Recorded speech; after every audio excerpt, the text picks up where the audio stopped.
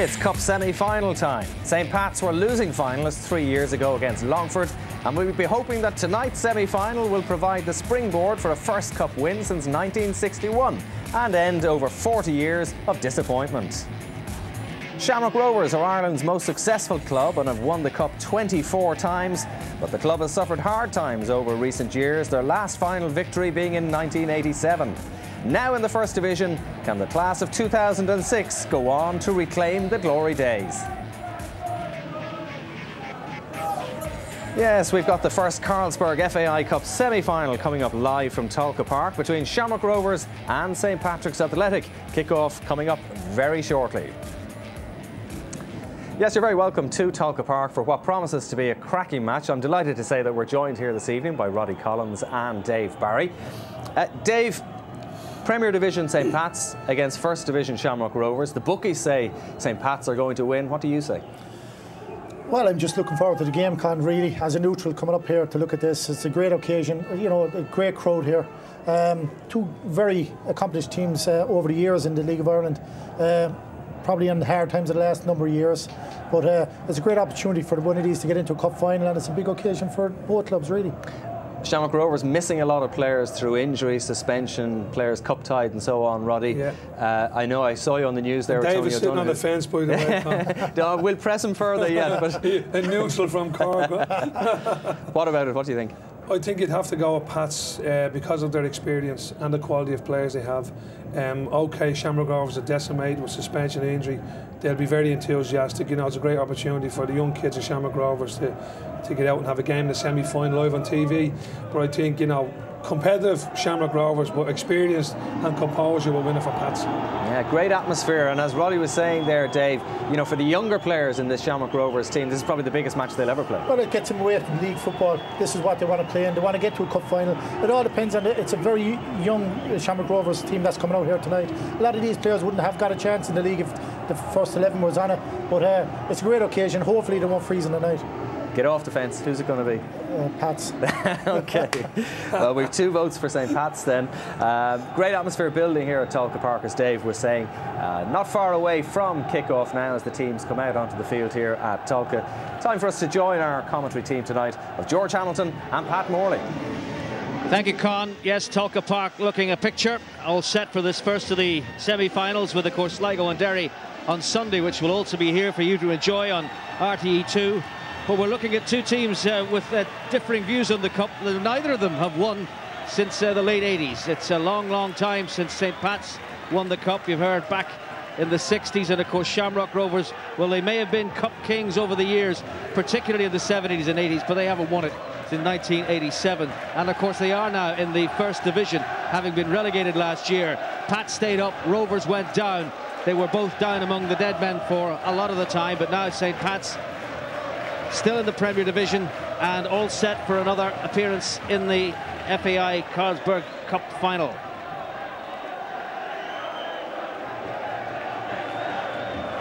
Handshakes all along the line. That's Barry Ryan, the St Patrick's Athletic goalkeeper, born in County Clare.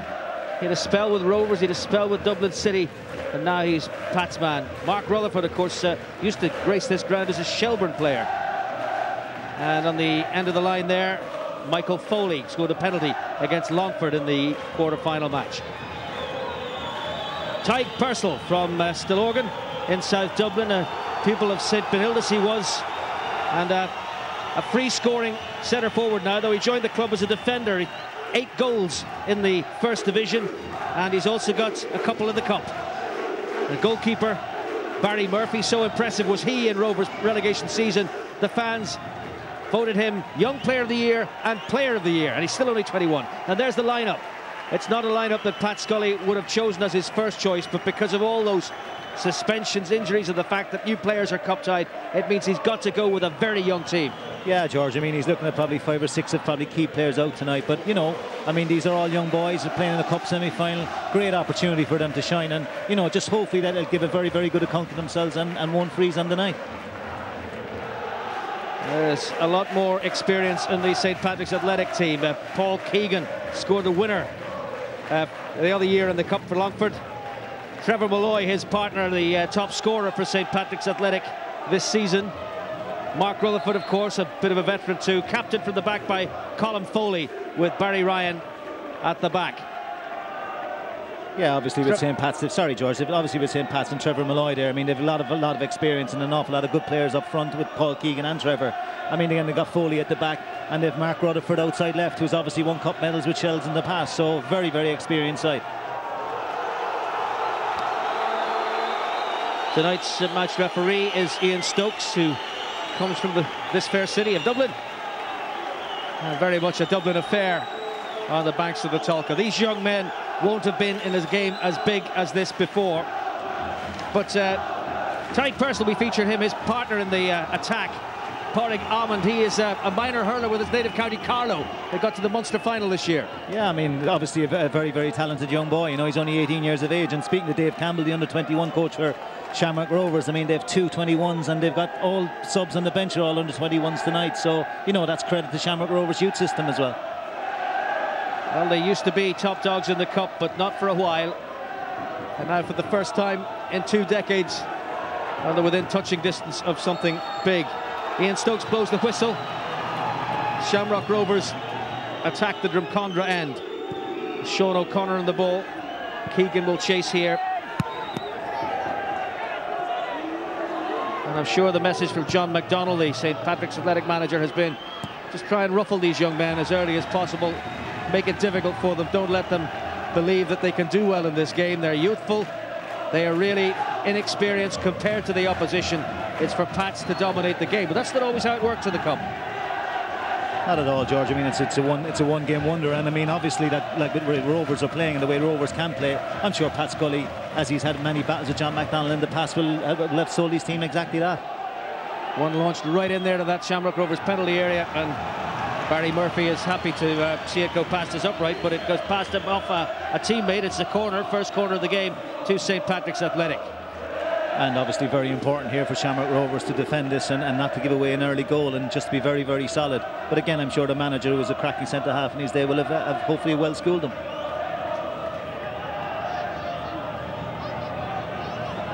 First corner of the game then to St. Patrick's Athletic. Goalkeeper held on well, and he was fouled, kicked from his grasp. It's going to be a free kick. Well, a little bit of it's just pressure from Pats. Yeah, it's a floated corner. I mean, they've come in and the keeper's gone up the hill, and he's actually dropped it and misheld it. So a bit small, bit lucky there, because he actually did miscontrol that ball when he came up to tackle it. I mean, you know, he's lost the control of the ball there as he fell down. So not too sure. It seemed he'd got it at the second attempt, but then, as you rightly point out, he was more guilty than the forward of dispossessing himself. Small bit of nerves. Shamrock Rovers prepared to pass the ball. That was a great run by Jamie Duffy.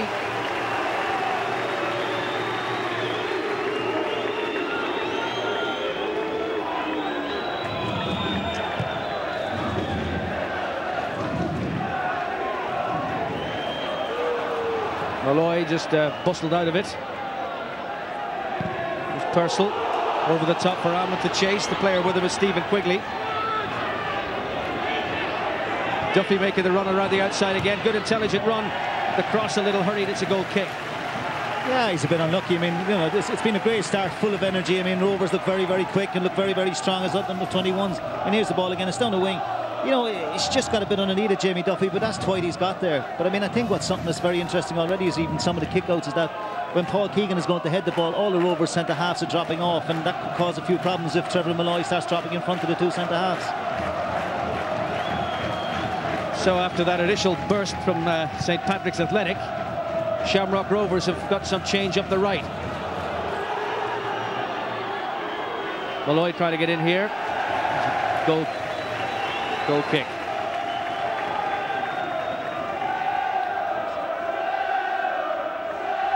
It's Aidan Price, the Shamrock Rovers captain, who took control there.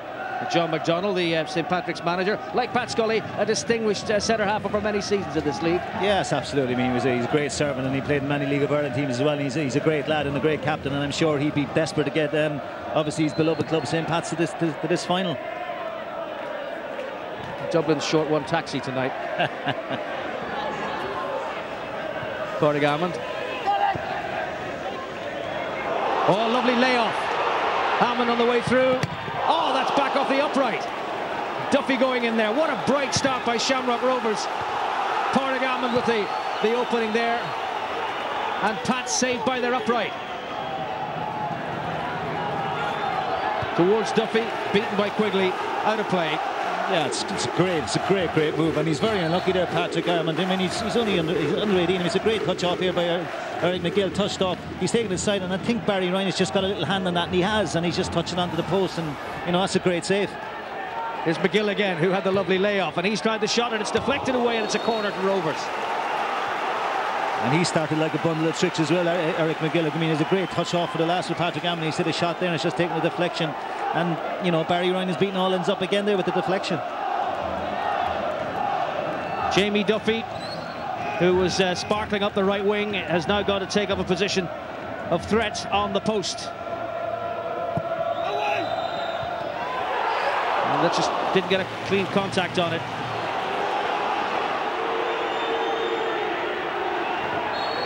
And a little push there coming from David Cassidy. And Pats of a free kick.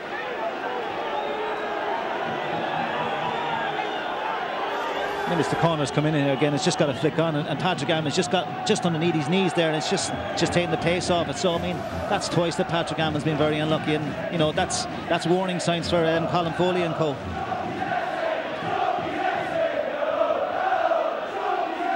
Free kick to come from Michael Foley. And Ian Stokes saw some pushing, and Rovers have a free kick.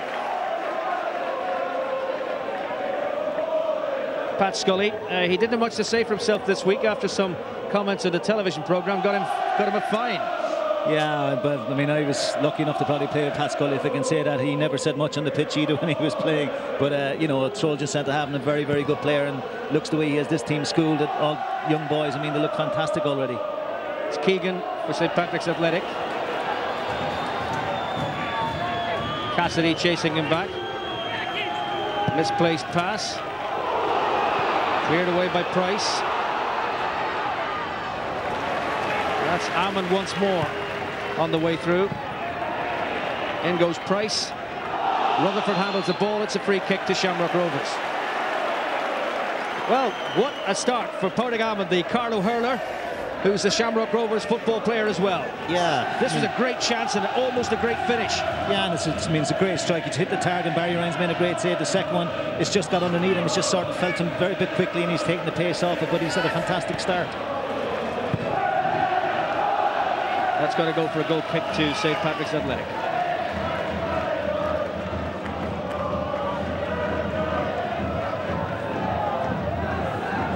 Through the years, ever since they left Glenmalure Park in controversial circumstances, have been all over Dublin following their team, these fans, and now it would appear they could be on the verge of something great. They could be just about to move to Tala finally, but the Pats fans who are still in Inchicore and very proud of the fact they've got a Dublin derby tonight, and it could be that Shamrock Rovers just are the kind of team that would spearhead the move to Tala and herald a resumption of the glory days for the, well, arguably the most famous team in Irish football. Yeah, I mean, some of us would have a couple of objections to that, but obviously with the records, they are the most famous team in Irish football, and you know, people will say in League of Ireland football that you need a successful Shamrock Rovers to make sure that you have a successful League of Ireland. Foley. This is Colin Foley, the Patrick captain, forward by Murphy. Commanding header by Gerald Bryan, and that's towards Duffy on the right. But now Rutherford, and the free kick's awarded for the challenge on the Pats winger, Mark Rutherford. Yeah, I mean, I think, you know, they really need to get tight to Mark Rutherford tonight, because he is a bundle of tricks and can cause a few problems, you know. I mean, the ball has just come in here, and unfortunately Paul Keegan has just come in and just taken a few little kicks at him, and it's a free kick. So this is probably at the present moment in time where Pats are probably looking the most dangerous, is that set piece.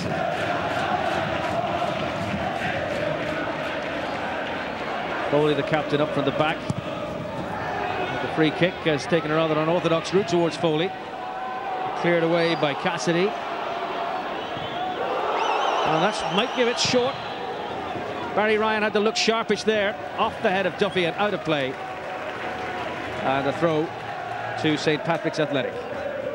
I think the great thing for Rovers and for their manager is that, you know, as we've said, they're very young boys, but they've started very, very brightly and very positively, and at the moment they look to be the most experienced team on the pitch.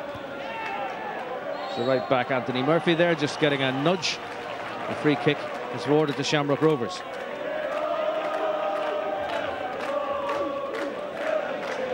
Well, he's very much the leader of the team. If he's not the captain, he's the goal scorer. 10 goals this season, including 4 in the Cup, a hat-trick against Longford in the quarter-final, one of them from the penalty spot.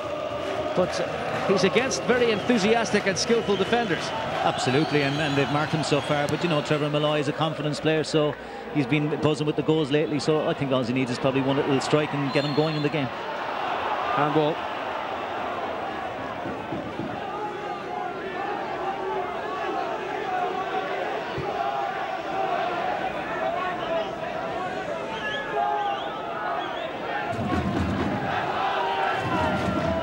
Very rare that you see a team so youthful as this Shamrock Rovers team.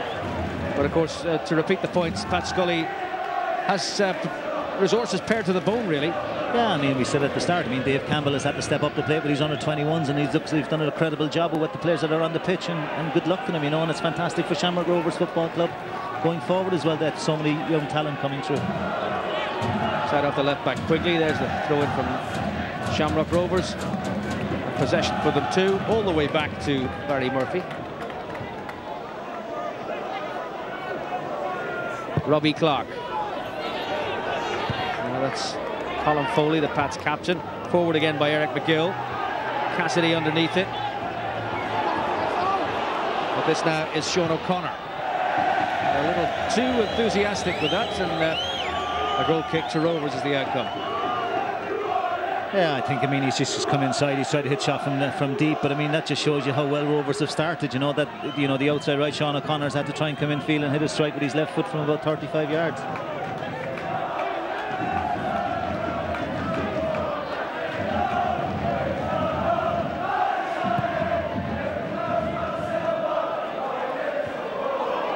Well, helped on there by Purcell, who took a bit of a knock. And a dramatic clearance means another heavy tumble and a foul by David O'Connor. Tyke Purcell. Successful run in the Shamrock Rovers team as a striker. It's just a clash of heads there, really. You know, he's come in and he's been honest to win the ball, Colin Foley, and he's just caught him in the back of the head. So he'll be a bit dazed for a while, but I'm sure the way he started with his partner up front, I won't be too worried at the moment.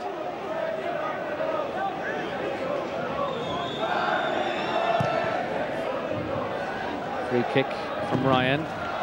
Keegan unable to bring it under control. Murphy for Duffy.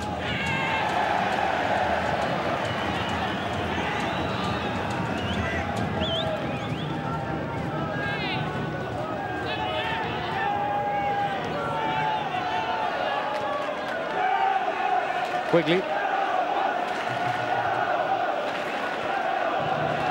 Duffy.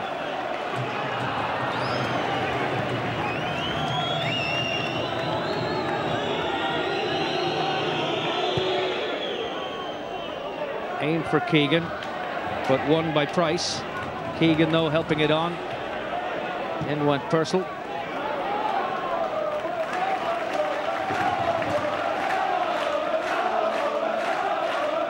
It's you know, it's great to see this. I mean, it's great to see, you know, a very youthful team like Shamrock Rovers really put it up to St. Pat's and bite and chase every ball, and it's fantastic to see it for a cup tie. And, you know, it's a great first 12-15 minutes of the game. Well, that was O'Brien.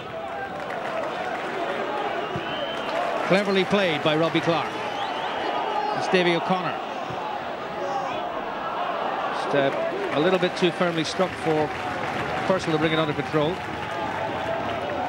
He's unlucky, but again, it's very good football by Shamrock Rovers, you know, and they're keeping the ball down, and it shows a lot of confidence in the years that they have on the pitch. Molloy. Boos for him as a former Shamrock Rovers player. Keegan trying to find Rutherford. Cassidy helping it on to Duffy. And Duffy seeking Purcell. It's cut out by Quigley. In goes Price.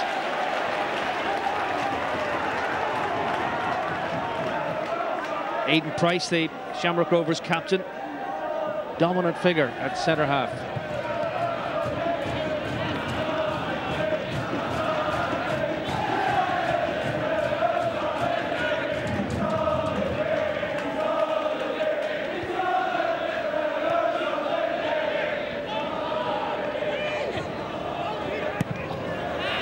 Cassidy intercepting. Duffy missed his kick.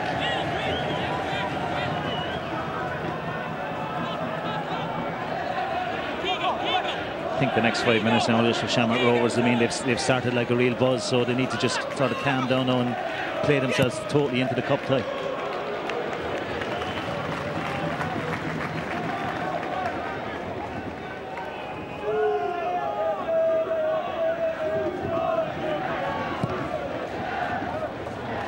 Big kick from Barney Murphy.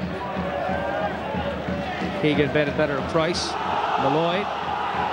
Still Trevor Molloy, and he's stopped by O'Brien, but the assistant spotted an infringement. I think Mr. Molloy there it's probably a small little bit of a cheeky thing. The ball has just bounced up and he's probably just got it in his hand, and I think the assistant referee has picked it up there, so I think it probably is a free.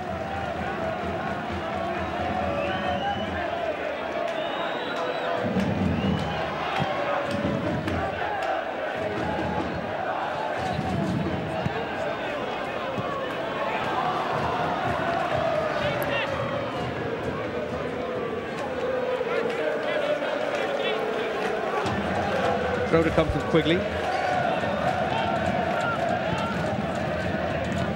Brennan.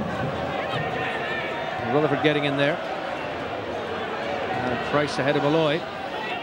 Forward there by Foley. Foley again.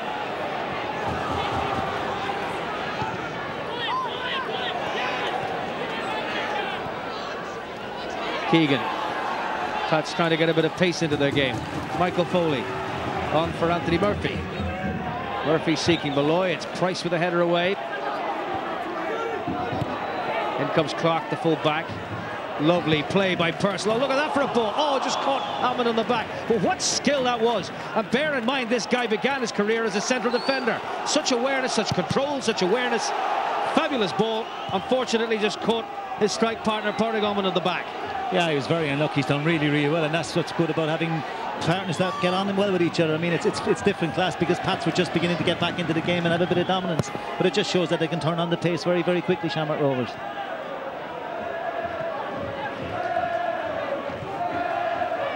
Gannon struck towards Molloy. Price dominant again. Michael Foley. Oh, he's found Keegan. Keegan! Oh, they've scored against the run of play, and the cup winner from a couple of years ago finds the way through. Paul Keegan puts St. Patrick's Athletic in front. 18th minute of the contest. Keegan's second goal in the cup, and Pats take the lead. Yeah, it's a great finish, and credit to Paul Keegan for the finish. I mean, it's a great ball in by Michael Foley. I mean, he's just knocked it in. You know, he's turned inside here. He's parted into the Foley. He's put a great ball into Paul Keegan. He's slid it down the side. He's just taken a little touch and bang, and it's a great finish, you know, and totally against the run of play. And unfortunately for Shamrock Rovers, who really have been the better side for the first 20 minutes, they've just been hit with the sucker punch.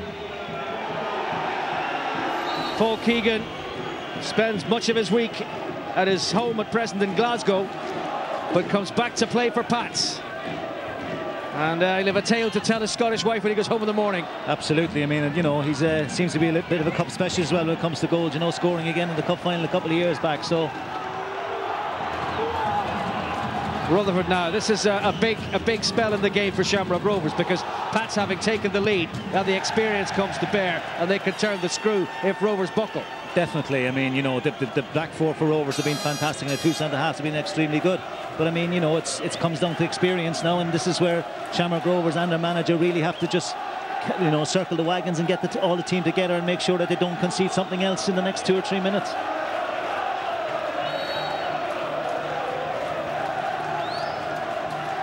Paul Keegan with a wonderful striker's finish.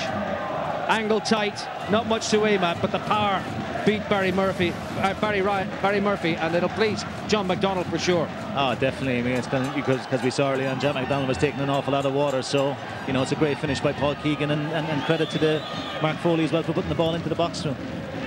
Dave O'Connor.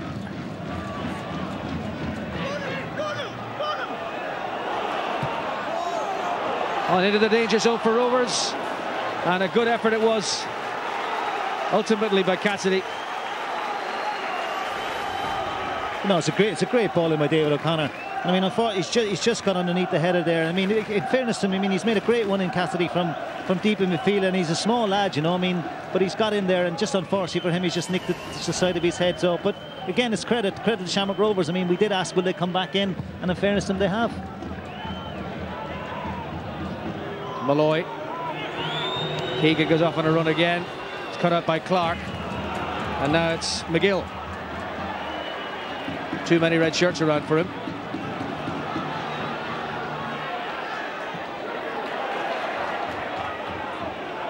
Foley.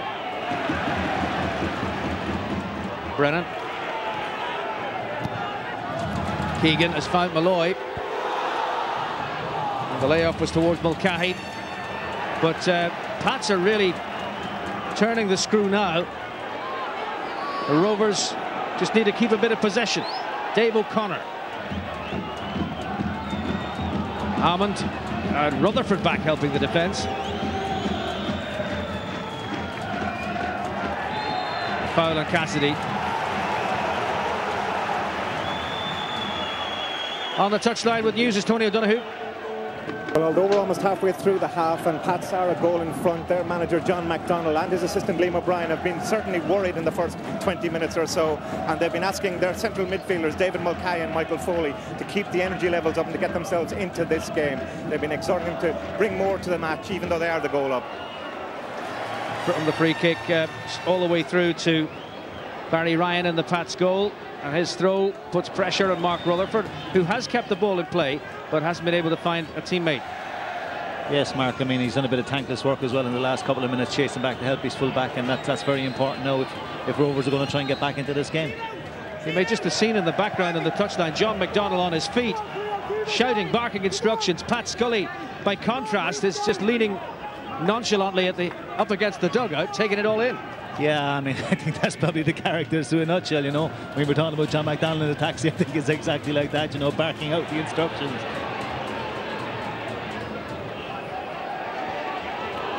Try to get O'Connor away. He put pressure there on Murphy. Now Duffy. Duffy on for Hammond. Duffy's still there in support. Portig Hammond. Got a bit boxed in there, and Rutherford gets it away, but it's a throw to Shamrock Rovers.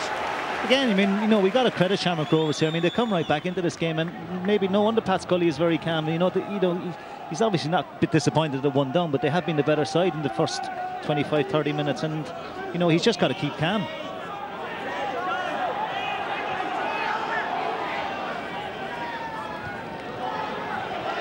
Mulcahy.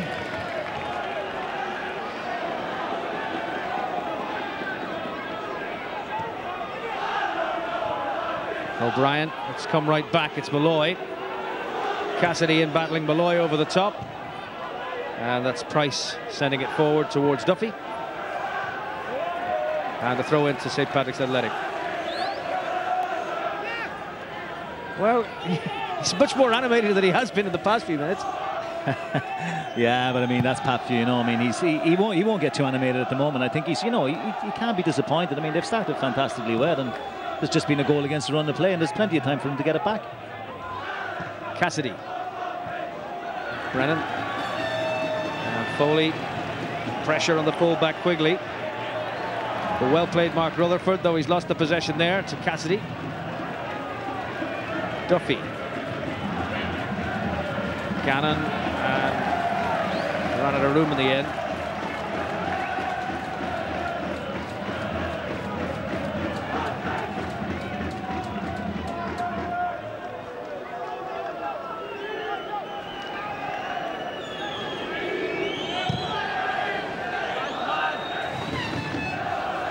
Keegan. That's out.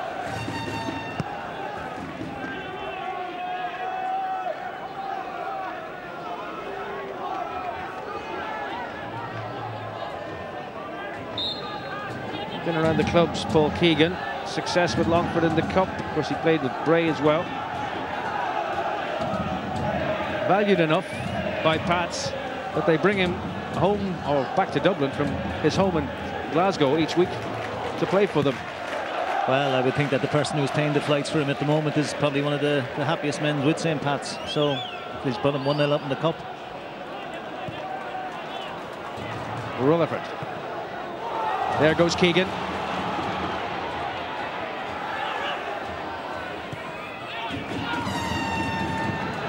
Mulcahy all the way across to Murphy.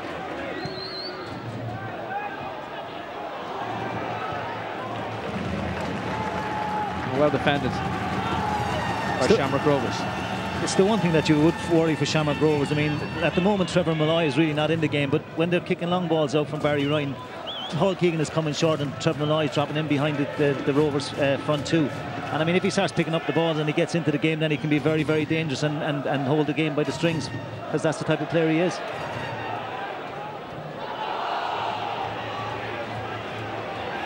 Duffy couldn't quite win it back. It's now Duffy. Now Rutherford. Rutherford with a shot. It's just too high. He can still do it. Yeah, he can still do it. I mean, it's a great run by Mark. You know, I mean, he's come inside from the inside, from inside left into the right. He's run at the Rovers defence. He won't like me saying this, but it was never one of his strong point finishing. So I think he'll probably maybe stick about trying to get a few more balls in the box, and if he gets a chance nearer in the next time, he might try and score. Sorry, Mark. I suppose the thing is, he's still out there, isn't he? Thanks, George. You know, it was meant in the best of possible taste. And on the scoring front, that was your strong point.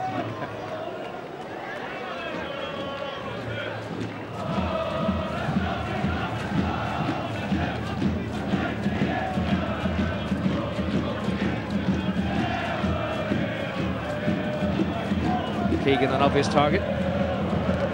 Molloy just couldn't bring it under control.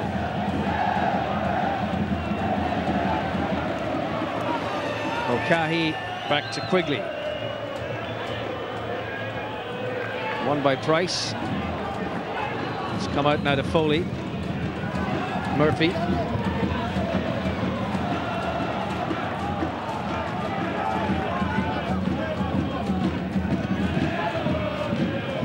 It's just very noticeable in the last 2 or 3 minutes again that, you know, Shamrock Rovers need to start getting back into this game, and they need something to happen again. You know, they started off with like a bundle of fire, and it's just slacking, and your biggest problem now is that if Pats do start using the ball a bit more and start using their more experienced players, they could really take the fire out of the belly here. Of course, they have shown no mercy in the Cup against Longford, who had 2 men sent off, of course, but they beat them 4-1. 2 penalties in that match. They can't put a game away when they've a mind to. They started the season very well, Pats, but then went through a ropey patch, largely because they weren't playing matches regularly, because the opposition was in Europe or playing Setanta Cup or whatever. Well, that was earlier, of course, but the point being that they didn't have the regular matches to get the run of form going, and it's only towards the end of the season that they got the form back. Absolutely, and that's the joys of summer football now, and having teams doing very well in European competitions.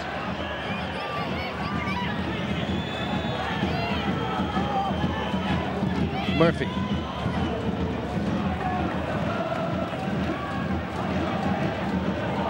McGill, lovely ball for Almond, but back comes Murphy to take it off his toe. Ryan thumping it back towards Keegan.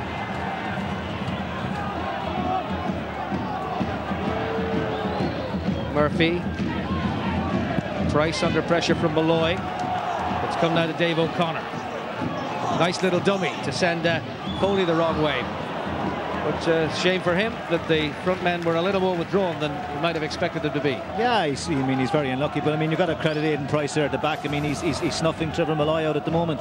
You know, I mean, the ball was knocked out to Dave O'Connor. He's done well, and unfortunately, you know, like Padraig Gammon is just sort of lost sight of where he was and just didn't see where the ball was coming from, and unfortunately he was clear on goal, but it was just one of these things that, if they can get it right, will cause Pats problems.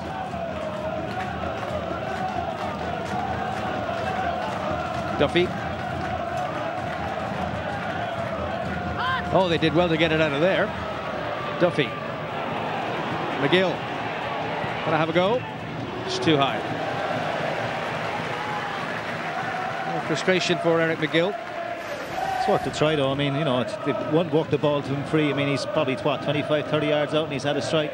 I mean, he's tried one earlier on, has taken a little deflection, has got a corner, so he's obviously a confident young lad. Will want to have a look, and, you know, long may it continue, and I'm sure his manager will want him to just lower the little periscope a small bit more and put it just a bit underneath the bar rather than over the bar. Keegan. Forward by Mulcahy. Molloy. Mulcahy once more.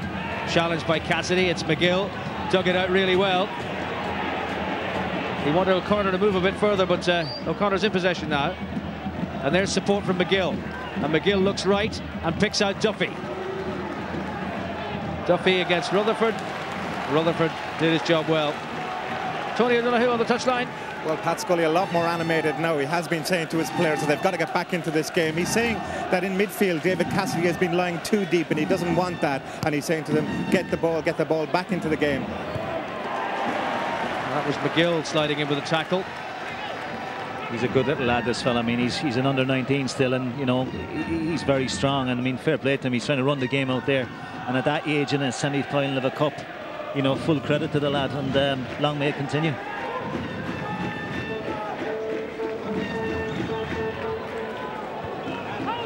Flick on by Mulcahy. It's Keegan. Foley on for Murphy.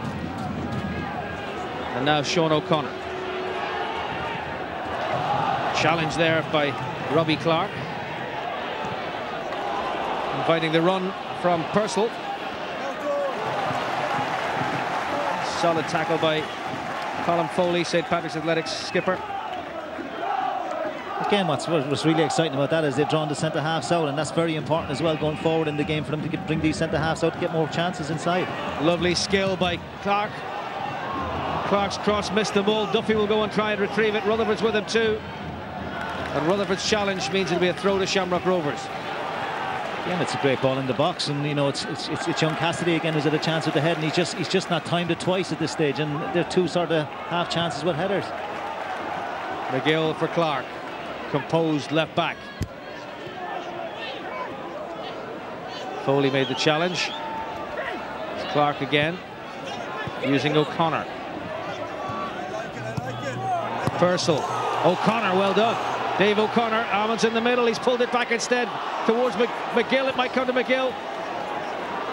It's Price to send it back. Well, send it back through his right back, Paul Gannon. But the roar goes up from the Rovers fans. That's towards O'Connor. But in comes Anthony Murphy. And now it's Molloy and Keegan and Pats. Well, they had a chance of counter-attacking. Went to begging. Yeah, well, again, I mean, it's you know, it's all Rovers again for the last 2 or 3 minutes. But the unfortunate thing about it is that just when they just sort of don't get the finishing ball in the box, it's just upsetting an awful lot of good work that they're doing. And you worry that Pats might catch him on the counter-attack. Molloy. It's won back by Cassidy.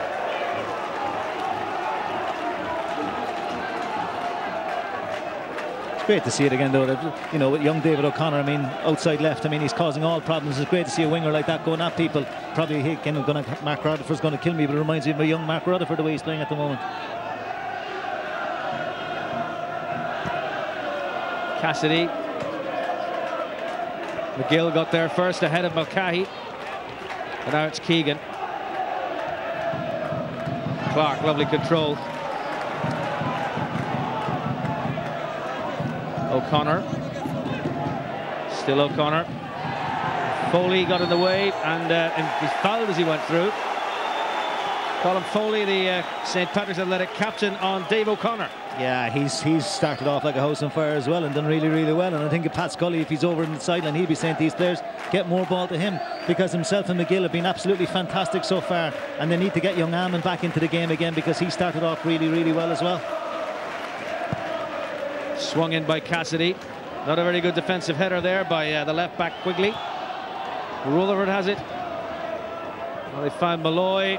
Molloy, Foley. Not giving any room. He's trying to get Molloy away. It's Trevor Molloy. Played behind his winger O'Connor. Sean O'Connor and look back for support from the right back Anthony Murphy. Murphy, good run by Mulcahy. Mulcahy or Keegan. Oh, what a great interception that was.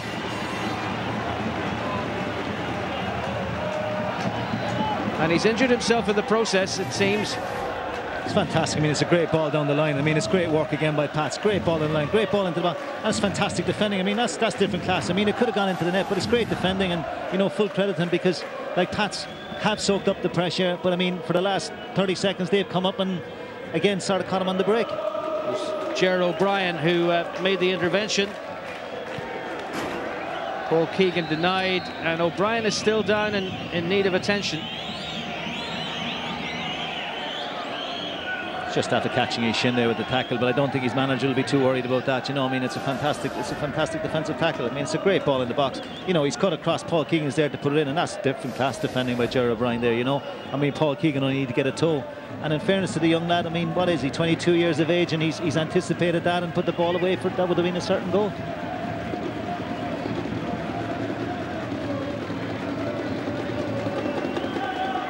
A bit of pain, but he'll be all right to come back.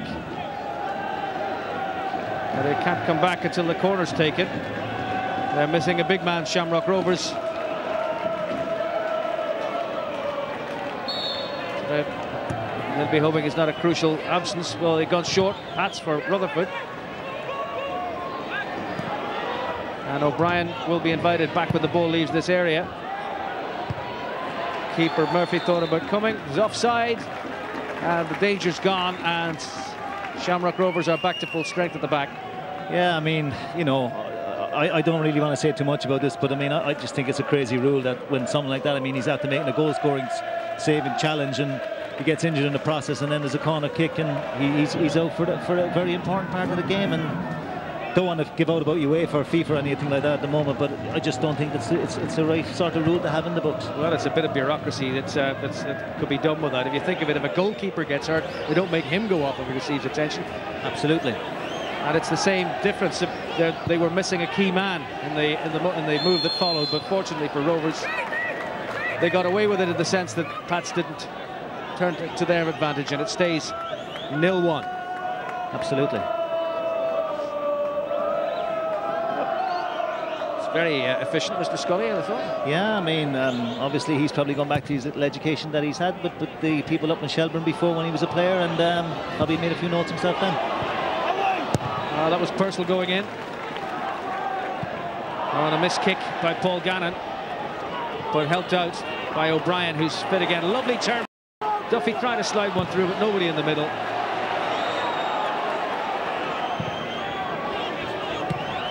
Quigley. Given away by Molloy. McGill. O'Connor. Back for McGill again. Offered by Robbie Clark. O'Connor. Just got it wrong. But with some lovely football played by Shamrock Rovers. Yeah, they played some great football, and again, I mean, it was a fantastic ball in the box again by Padraig Garman just about 2 or 3 minutes ago there. It was unlucky that Mr. McGill didn't get onto it again, and you know, that's what they need to do more of now, Shamrock Rovers. I mean, they need to get back at Pats again. You know, the sort of calming period is over. Pats have had their bit of dominance, and Rovers need to get back into what they did for the first 20 minutes and go at Pats again.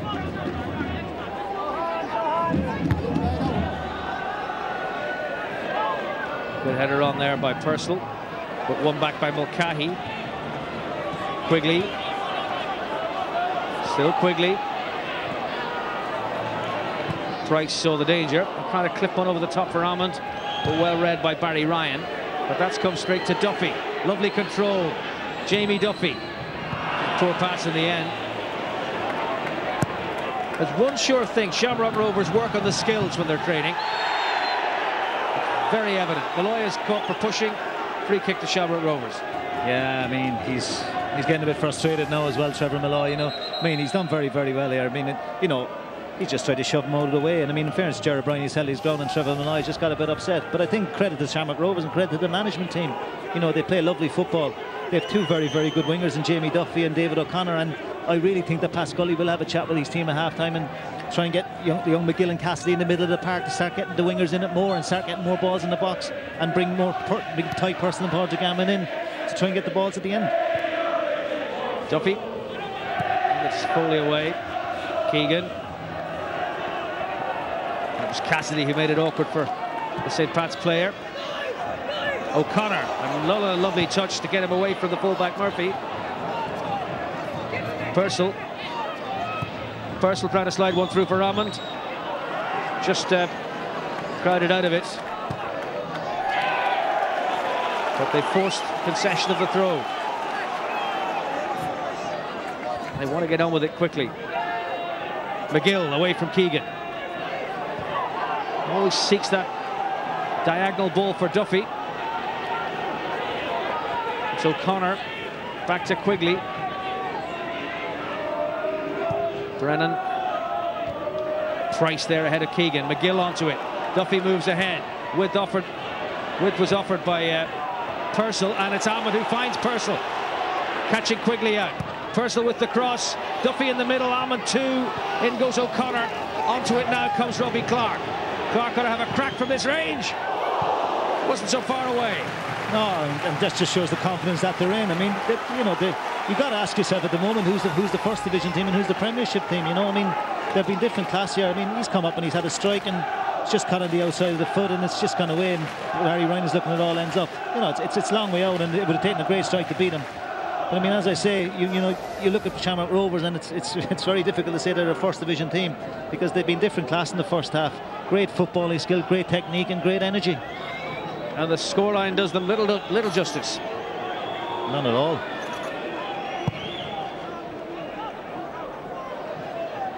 Price was fouling Keegan. Arms around the shoulders.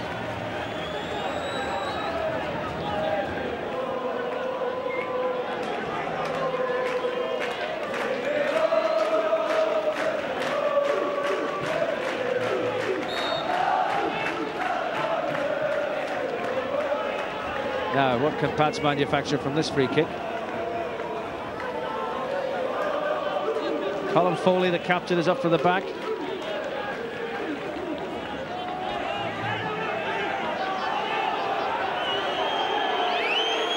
A little bit of gamesmanship from Pats just to take the sting out of the game. Molloy goes down, no foul. He's furious. Shamrock Rovers play on. Ahmed. Good tackle by Quigley, and he's fouled by Ahmed in the process.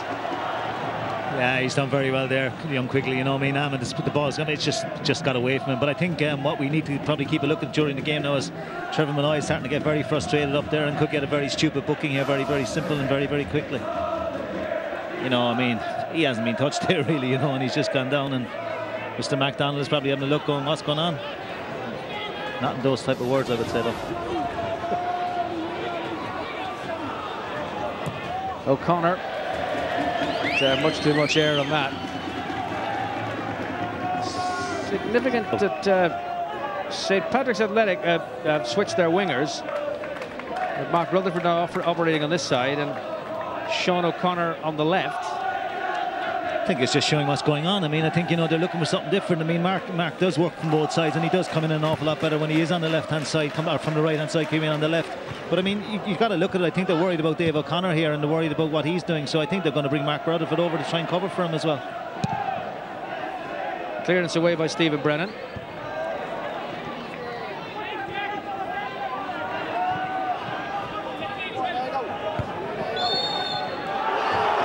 Free kick to Shamrock Rovers.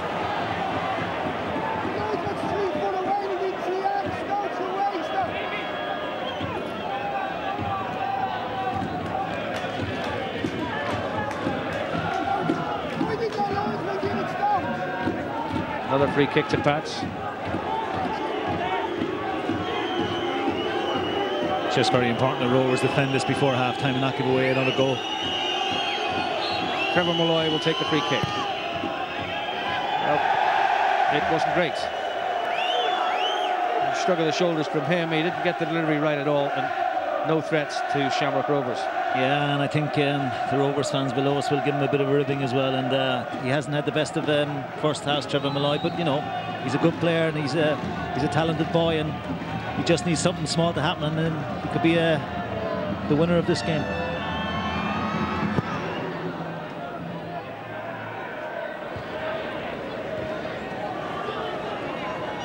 O'Brien climbed high, but Pats have it back. Final minute of the first half.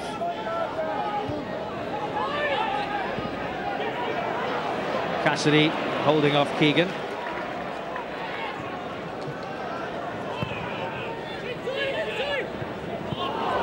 And Almond got the better of the centre half Brennan. But Quigley's been very solid at left back for Pats. And I think the whole Bats back four have had to work very hard because it's been all Rovers for the first half. Almond.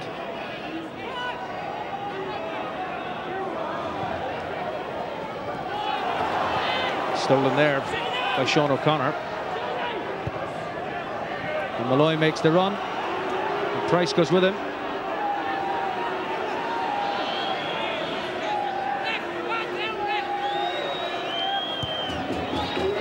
Keegan, a very deep position. The 1 extra minute at the end of this half.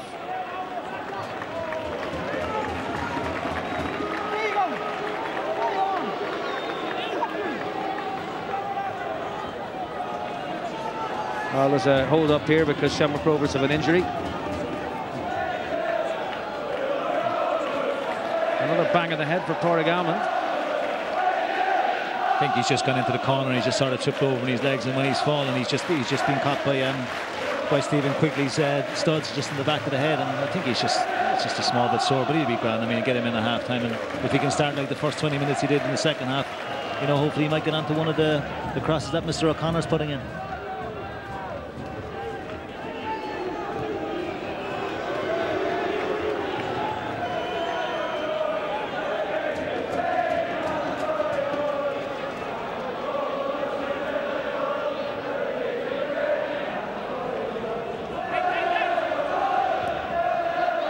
Price for the head. Out of play, it's gone. A little bit extra to be added because of the injury, but not very much. There's the half-time whistle from Ian Stokes. Just one goal in this, and it's gone to Paul Keegan, cup winner a couple of years ago with Longford, and now giving St. Patrick's Athletic the advantage in this semi-final. But at the other end, Paul Keegan hit the St. Patrick's Athletic post. It was a close call, and it's still a close thing. Tony O'Donoghue is on the touchline with Shamrock Rovers assistant manager. Thanks very much indeed, George. Mark Dempsey joins me. Mark, you must have been really pleased with the start you got, what you were looking for until the 17th minute in that Pats goal. Yeah, absolutely. I mean, our lads have been fantastic. As I said before the game, we started really well. You know, there's no underdog here. Pats know that as well. They're in for a really tough game tonight. We've shown them. Bit soft, the goal, to be fair, but to be fair, our lads have been magnificent. We can't ask any more. Maybe a little bit more, to be a little bit more clinical from when I get around the back, getting crosses in. But other than that, we can't ask any more. Mark, thanks very much indeed for joining us. That's Mark Dempsey of Shamrock Rovers at the moment here in the FAI Cup Semi Final. It's Shamrock Rovers 0, St. Patrick's Athletic 1. Join us after the break for first half analysis.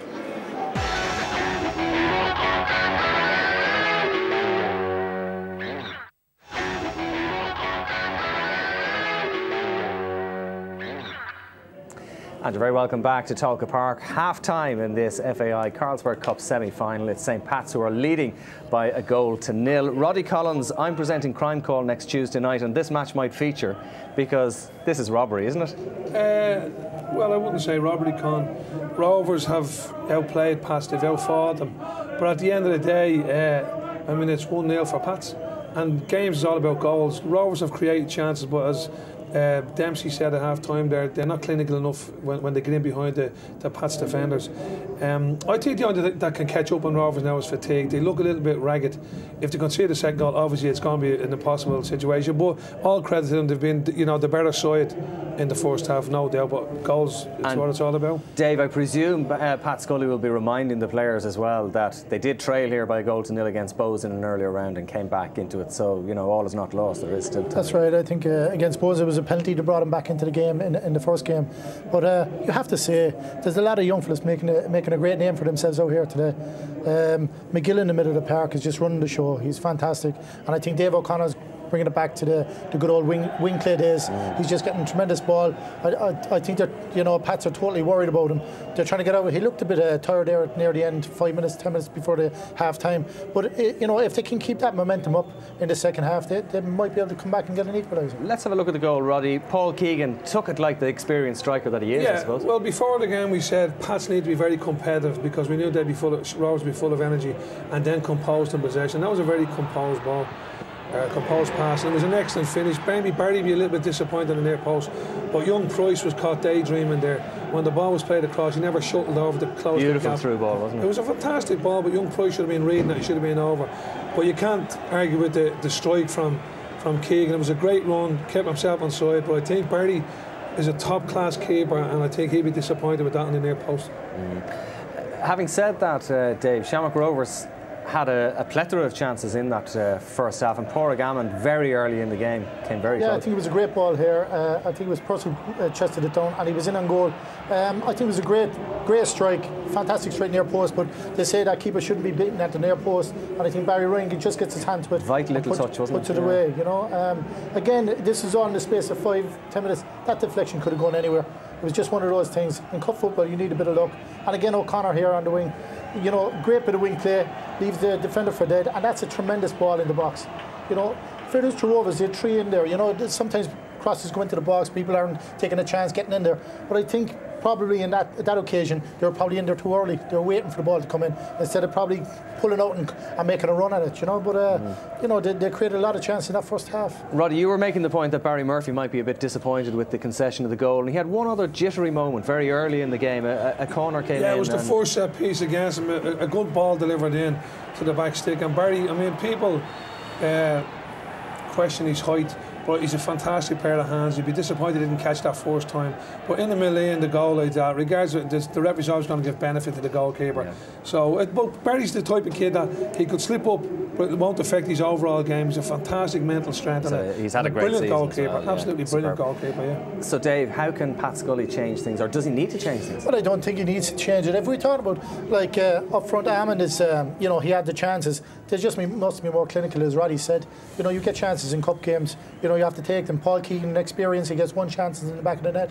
But you look at the other side, on the defending side as well. Joe O'Brien came across there. Keegan was in again, and another great ball across the box. He made a goal saving tackle. Yeah. And these are the things that keep you in the game. And where Rovers had a lot of opportunity, they're still concentrating at the back. But it's making for a tremendous second half now, I think. It is going to be a very exciting second half here at Tolka Park, and we're going to be back here just straight after this break.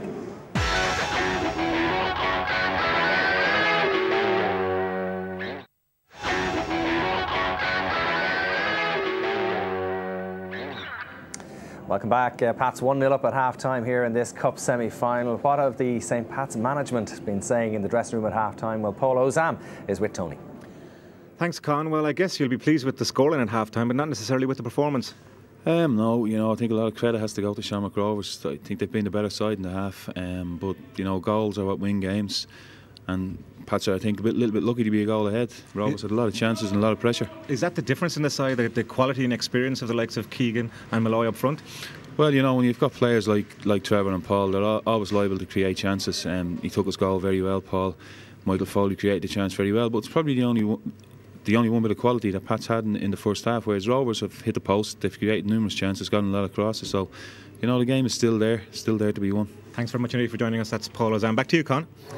OK, Tony, thanks. Roddy, you were making the point there during the break that Shamrock Rovers are a very young side and that stamina could be a factor in the second half as well. Yeah, they've worked extremely hard, Con, and they've a big adrenaline rush, big occasion, and as I said to Dave, I'll be a bit surprised if they can maintain that tempo in the game. you could see a little bit of tired legs. I mean, there was a couple of times the left winger could have made a run into the box, Dave O'Connor, from across, but he looked fatigued, and twice in the space of about 30 seconds he would have got himself a goal and scored a chance. I think that could catch up on him, but also Pat's going to have to up their game. 4 or 5 players have went through the motions there, and you know, they can count themselves lucky that they're not on level terms, so they're going to have to step it up. So I see the first 20 minutes of Pat stepping up, Rovers have a go, a little bit of fatigue, and I think Pats will finish off stronger, obviously. So you're sticking with Pats, yeah? I will stick with Pats. David, you? But it's interesting there, Con, as Roddy was saying there, that people with fatigue, but it's interesting to see what Pat Scully has on the bench. I think in a game like this, you want to throw on people, you know, with 20 minutes to go, 25 minutes to go. If people are getting tired, and it's just with the suspensions and injuries he has, and people who are cup tied, it's, you know, he has a lot of young lads, but one of them can step off the bench and make an evidence of it. All right, well, let's return to George and Pat in the commentary box.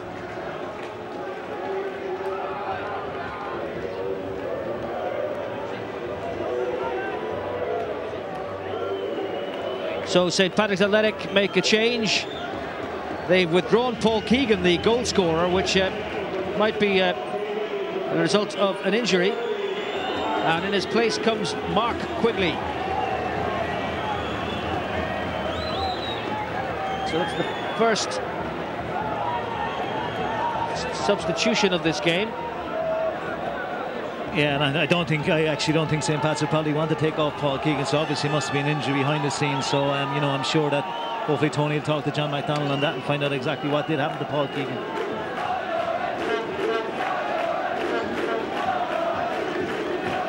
Which disrupts the plans for St Patrick's Athletic, it has to be said, because Keegan was obviously a key part of those plans, a key component, having scored the goal. But now they've got Mark Quigley on as partner for Trevor Molloy, and instead of the vastly experienced Keegan, it's Quigley who tries to see his partner Molloy get away Mark Rutherford. Back it goes for Stephen Quigley. A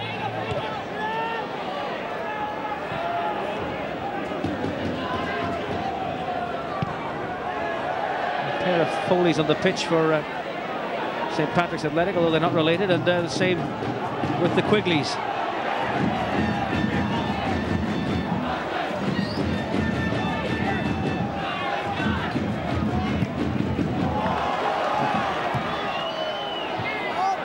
Rutherford back.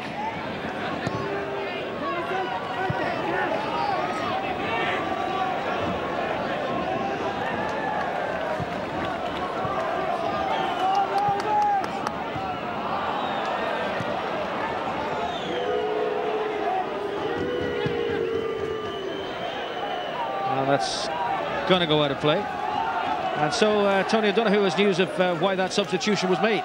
John McDonald, the St Pat's manager, just told me that Paul Keegan is suffering from severe stomach cramps, and so things were so bad for him at half-time he couldn't continue. So assuming they have a television in the dressing room, the St Pat's dressing room, he'll be watching the second half sitting down. As always, on the ball, our Tony. Yeah, I mean, you know, obviously if you're suffering like that with stomach cramps and that, you just can't carry on. But he'll be a loss because, you know, he was winning quite a few ball in the air up there for St Pat's in the first half. And I mean, Mr. Molloy is going to have to hurry a lot harder now for the second half because he obviously didn't have the first 45 minutes of his life.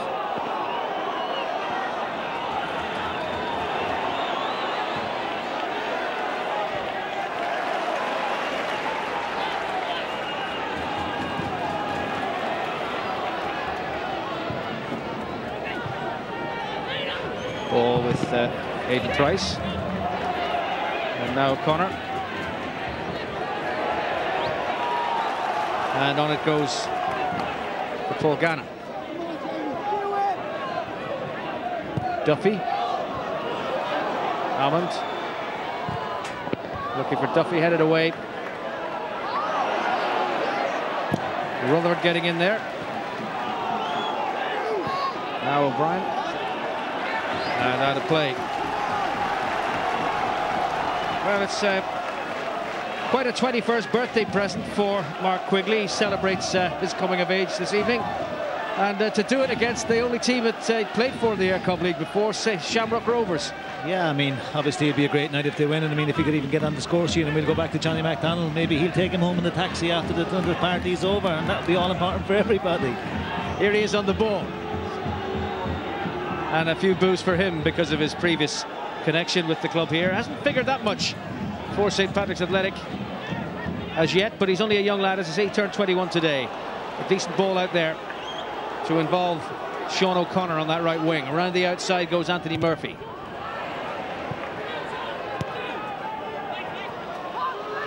Molloy, O'Connor.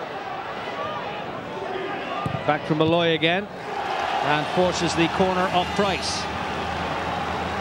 It's a more positive start by St. Pat's this half than it was in the first half, and a small bit of Trevor Molloy just getting a bit more involved in the game. If he can do a lot more of that, I think Pats will be far better off for that. Barry Murphy hasn't had too much to do, but was tested by Keegan and was unable to keep it out. And now Shamrock Rovers have to defend what is a third corner of the game for St. Patrick's Athletic. Well, they've gone for a different option this time. Sean O'Connor. Well taken by goalkeeper Murphy. He wins a free kick. Yeah, he's done very well there. I mean, he's come, and in fairness, he's made the ball his own, came in from deep, and he's come and got it, and that's what you need with your keeper, and that's what your defence gets a lot more confidence in your keeper and gets people pushed out. Rutherford. And then went Price, and well controlled by Paul Gannon.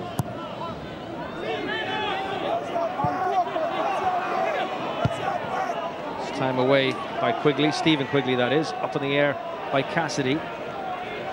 In goes McGill, but a firm challenge by Mulcahy means that Pat's still in the possession. O'Connor muscled out of it by O'Brien, and now here's Duffy. A little bit exuberant, that one. Yeah, it's just a small bit. I mean, they just need to calm down again and just get themselves back. I mean, McGill is in the middle of the park and he's trying to tell people to calm down and just start passing the ball a bit more. They don't have to rush it yet. I mean, it's only 15 minutes gone in the game and they have plenty of time, so they just need to calm down a small bit and start going back to the good football that they started to play in the first half. Mark Quigley. O'Brien took it away from him, but this has given it to Molloy. Quigley. Nice little ball in for O'Connor. Well defended by Robbie Clark.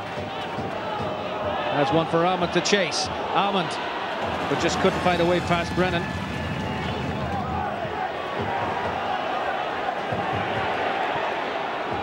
Well, Shamrock Rovers always looking for the man to play the ball to. That's a foul.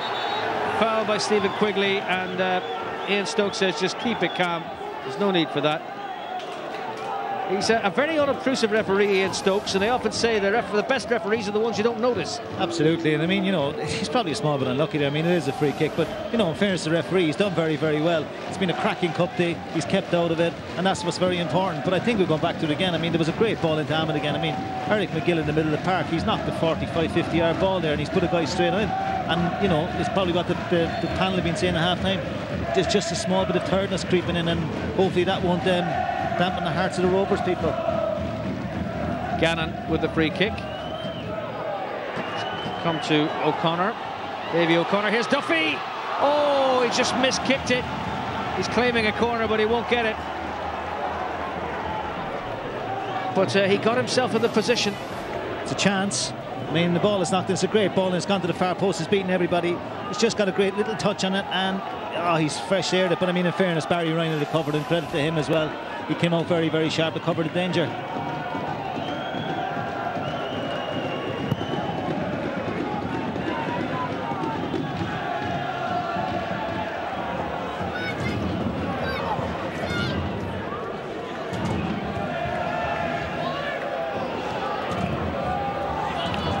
Good tackle by McGill, but the ball goes to Pats. In goes O'Brien, and Almond has it now, but the flag is up. He'd come back from an offside position.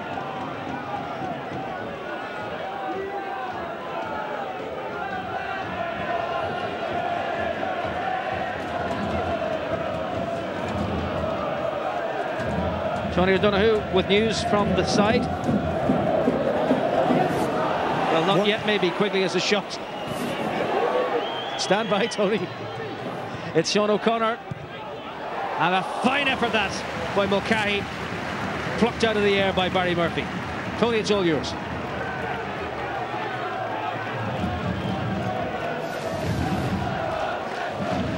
the ball has just been knocked back there, you know. I mean, it's coming. It's a half. It's knocked it back to David Mulcahy. I mean, he's had a strike first time. It's well saved, and I mean, it's well covered by Barry Murphy. Probably easy for him, easy take in the end.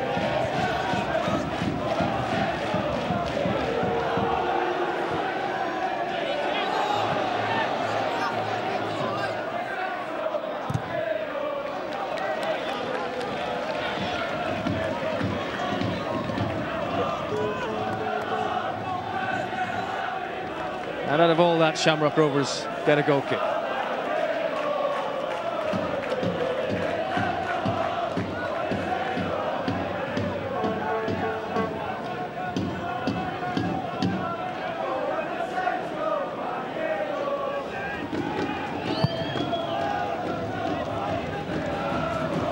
Palmer just beaten to it. Back again it goes by McGill. A nicely cushioned header by Foley to direct it back to Barry Ryan. I think at this time of the game, I mean, I think Pats will be and Johnny McDonald will be far more happier manager, because if they just can keep the pace at this and just sort of take the sting out of the Rovers' tail and just maybe get a little nick away to get a second goal, then it's tie over. O'Connor, but Murphy shouts and gathers safely in and throws early for Duffy, who lost out to Stephen Quigley.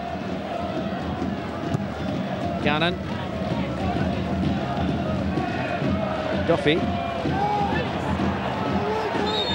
and he's penalised for the involvement there, Jamie Duffy.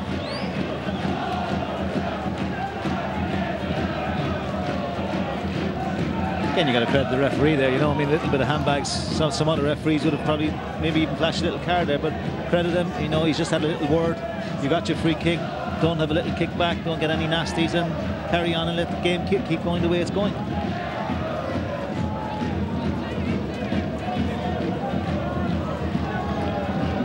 Stephen Brennan to take the free kick. Everybody bar the Pats goalkeeper, the Shamrock Rovers half. And after all that, they got themselves caught offside.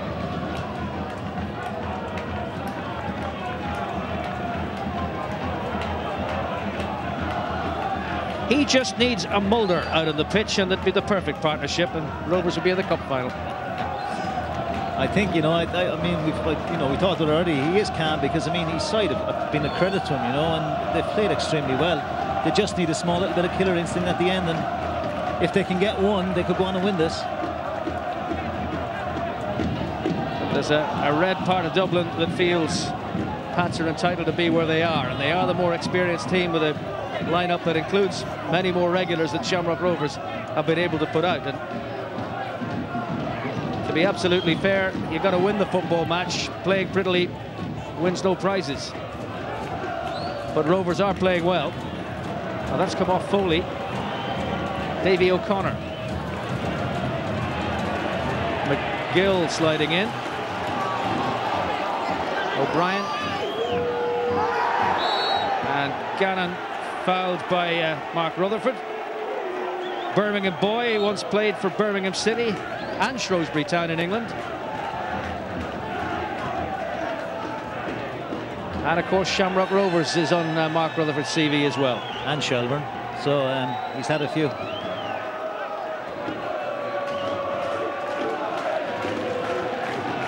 He was at Bowes as well, wasn't he? He was at Bowes as well, yeah, and he's a couple of league medals, he's a couple of cup medals, he has them all.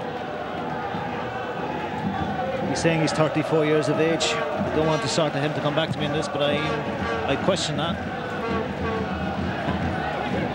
Rutherford, Quigley looking for Molloy.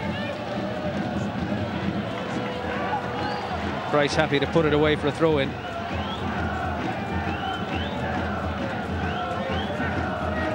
Kind of feel that Pats have put a bit of a blanket over Rovers' efforts in this second half. It hasn't been quite as free-flowing from the hoops as it was before half-time. Molloy, smart turn, good block, it's a corner. Yeah, he's done very well there, Trevor Molloy. He's got a bit of space, and you know, it's a great ball after being knocked in there by Stephen Brennan. So, you know, if they can get him a bit free, as I keep saying, you know, he will create a few chances. But as you say, George, and you're totally correct, like Pats have put a blanket over this game and have killed the whole of Rovers' enthusiasm at the moment. But they just need to get a bit more into the game again and get the high tempo back.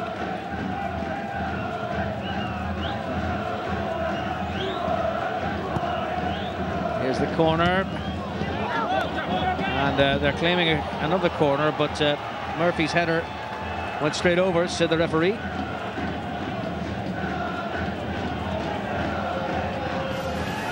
Here it is again. I mean, Quigley's gone up for it. Yeah, I mean, it is. It's a corner. It's young McGill. He's got his head on that. Murphy knew he hadn't headed it. Absolutely, and I think that's why he was frustrated running back.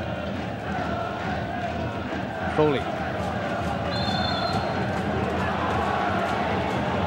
Free kick to Shamrock Rovers.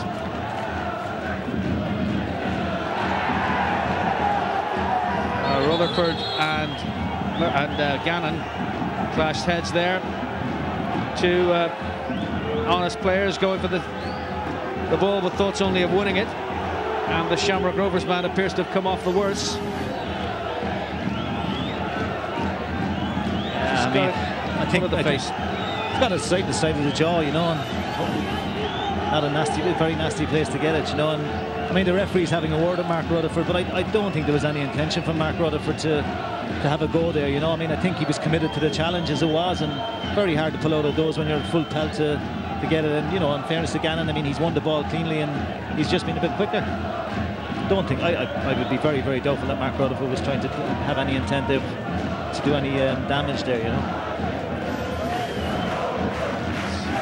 Bouncing ball, both went for it, and it's certainly a fair old clatter he took. I think when you even look at it again, I mean, Mark Rutherford was actually trying to turn his head away out of the tackles, you know, rather than getting the belt himself. So the administrations of Amy Waters, the physiotherapist with Shamrock Rovers, and Paul Gannon is fit to continue, but not allowed back on the pitch until the free kick has been taken, which is not Ian Stokes' fault. That's the directive.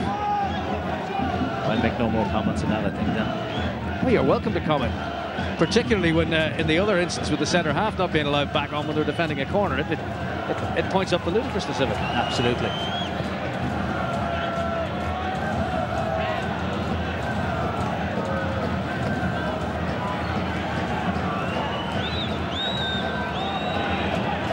Well, that was McGill.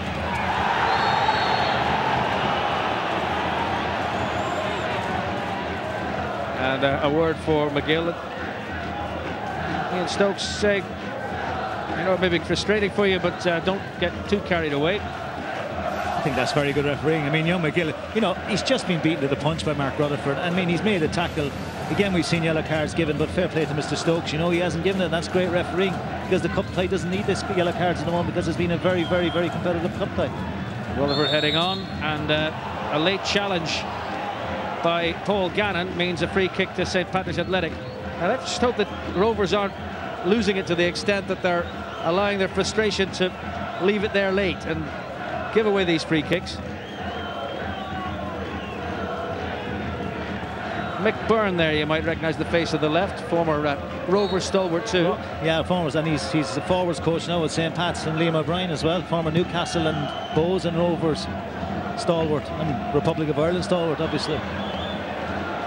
Well, that's the backroom team at St. Patrick's Athletic, and they have another substitute just about ready to come on. So, Tony, what's the news? Well, John McDonald says, wait a while, I'm thinking about it. They are filling out the form, and that Chris Armstrong is getting ready to come in. He's thinking of replacing Sean O'Connor. Sean O'Connor, who began on the right but has operated on the left as well. And you just begin to wonder, as we just pass the hour, have Shamrock Rovers perhaps shot their bolt? And I think maybe that's why Johnny McDonald is probably looking to bring in Chris Armstrong. You know, he's a big strapping lad up front, and he'd probably play up front with Quigley and give Trevor Molloy far more space to sort of fill around in the middle of the field and in the back four and cause a few problems, because he can pick up an awful lot loose possession and loose ball and cause a bit of damage.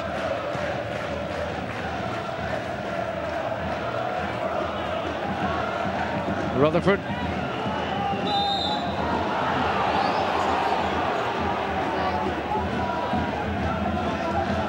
I think as well, I mean, you know, with Pat Scully as well, I think, you know, that again we go back to what the panel said, you know, they said that maybe he should have a look at maybe making a substitution after 15-20 minutes. I think he might need to make it sooner than that, as we're sort of seeing that Rovers are beginning to slag a bit, and you know, maybe he needs to inject a bit of new pace. Quigley trying to get in there, but instead it was O'Brien. Now it's Rutherford.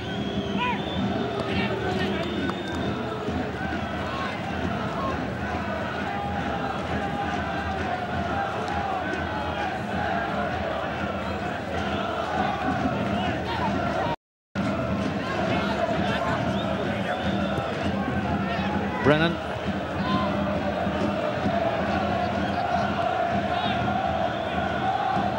Quigley, Stephen that is.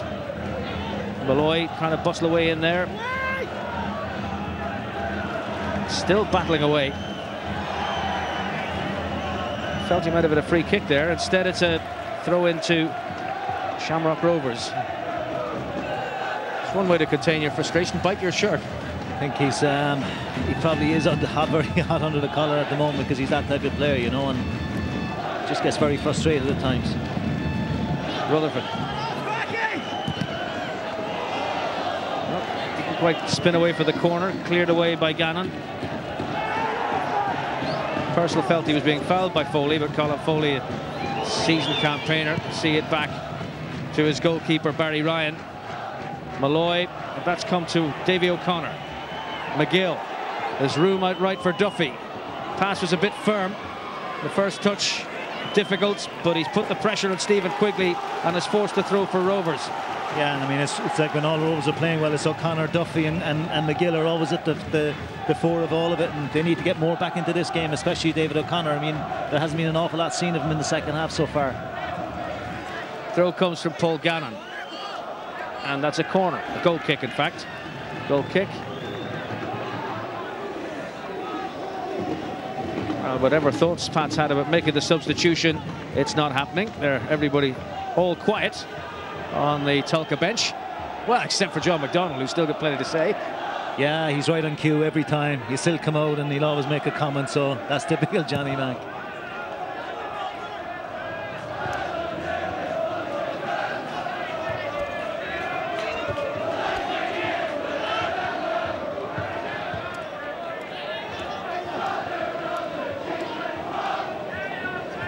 Price, the captain, seeing it back to Barry Murphy, and that's towards Almond. Rutherford helping it along. Mark Quigley. Rutherford. Price. Cleverly played by Barry Murphy. Rutherford was arriving. In comes Anthony Murphy. It's Price. Off for the fullback Clark. Clark for O'Connor. O'Connor. McGill. Big bustling run from McGill, helping it onto Duffy. Duffy, lost the concentration at the crucial moment. It seemed to be tiring a little bit, Jamie Duffy. Yeah, he's just tiring a bit. I mean, you know, again, O'Connor's getting back into the game, which is very important, but I think we're seeing a bit more action over in the Rovers bench now, because I think Pat Scully is starting to get a few people warmed up, which is very, very important, because they need definitely new people on the pitch sooner rather than later. Murphy. O'Connor got in there, and Robbie Clark helped it on. But now it's Murphy for Pats, and they get a free kick for that challenge. And now the changes are about to be made by Shamrock Rovers.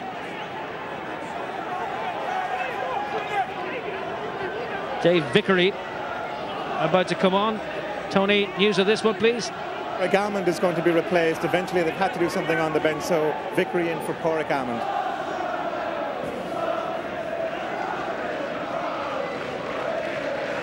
But first, Pats will have a free kick. Molloy in round the back. And Mark Quigley in the end putting it high over the top. And this what can happen now. I mean, you know, they're just beginning to lose a small bit of concentration due to tiredness. Trevor Molloy will start snapping, he'll start coming in, and that was a chance. So the substitution made. Padraig Almond, the Carlow hurler, and Shamrock Rovers striker being replaced now by Dave Vickery, one of Shamrock Rovers bench with virtually no experience, under 21 players, because the squad paired to the bone by the suspensions and injuries and the fact that some players are cup-tied. Yeah, I mean, he looks as if he's struggling now with his calf. I mean, he's run his heart out, and he's probably been a bit unlucky with the shot he's had in the first half as well. And, you know, he's just tired legs as well. And here's Vickery into the action straight away.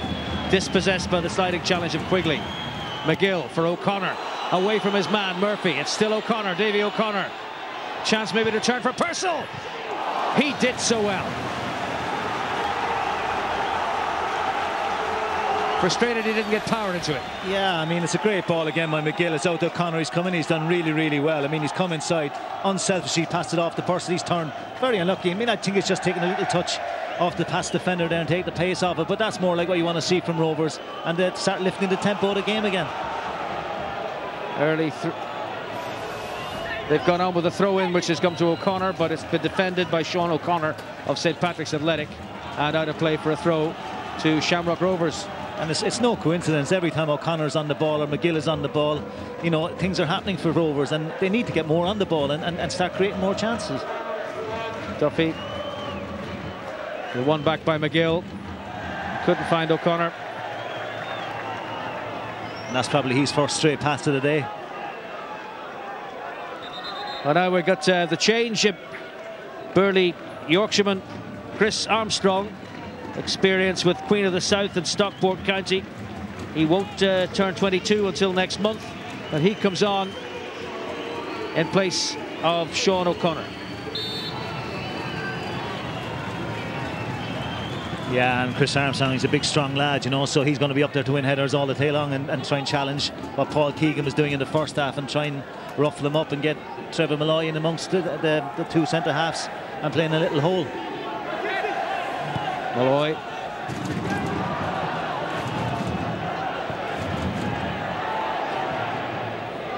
Nobody there for Pats. That'll be a throw to Shamrock Rovers.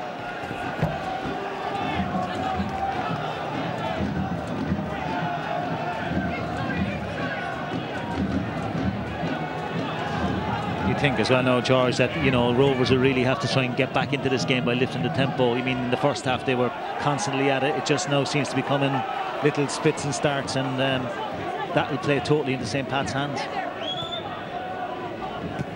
McGill. Little push. Give it the free kick. Vickery just been a little naughty there, throwing the ball at Stephen Quigley. Again, credit to the referee. I mean, in the rules of the game, that's probably a yellow card because he's thrown the ball at the centre, at the Pat's left full back. So, you know, credit to the referee. And he's having a great game. Molloy beaten there by Price. Offside against Armstrong.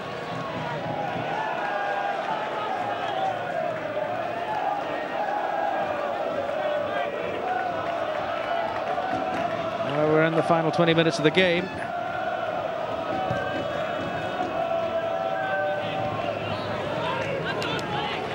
That was Mark Quigley. Out for a throw to Shamrock Rovers.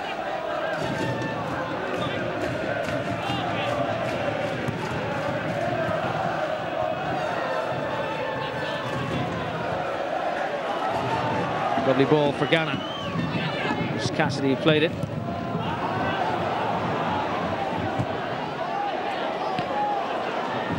Cassidy couldn't get onto that. It might fall for Duffy. But that was a real chance, Jamie Duffy.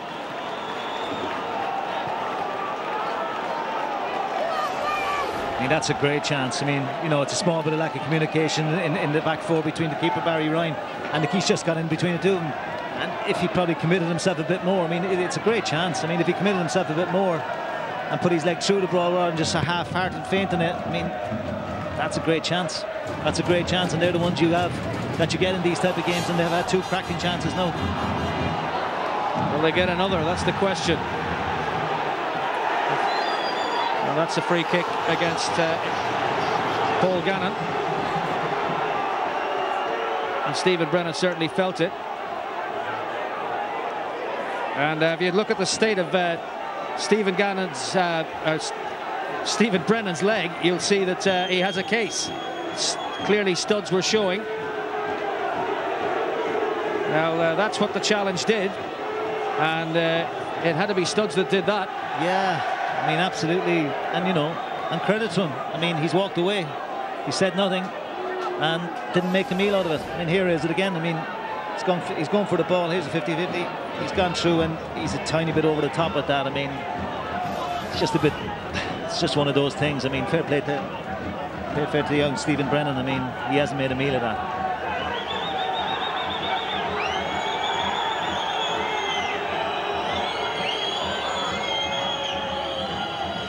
Now the free kick. Brennan takes it. In need of a new hosiery. Free kick this time to Shamrock Rovers.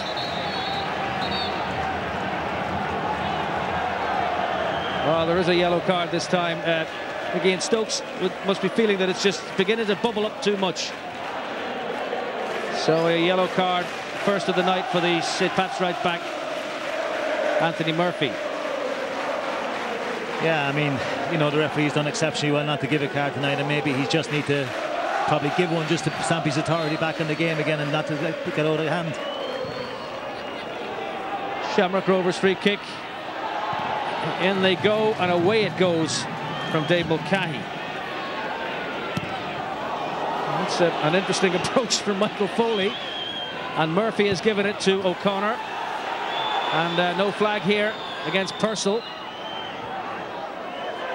But a tired pass back towards Robbie Clark, and he fouls Mulcahy, and it's a free kick to St. Patrick's Athletic. Yeah, I mean, it's, you know, that's just showing an awful lot of tiredness there now when the ball is knocked into Purcell. You know, I mean, he's turned on the inside and then he's trying to look back for someone to give him some support.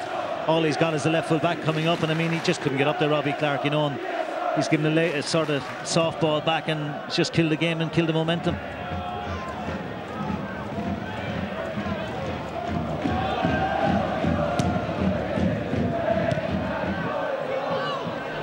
Duffy fighting to keep it in play, but without success. Quarter of an hour to go. St. Pat's have a throw.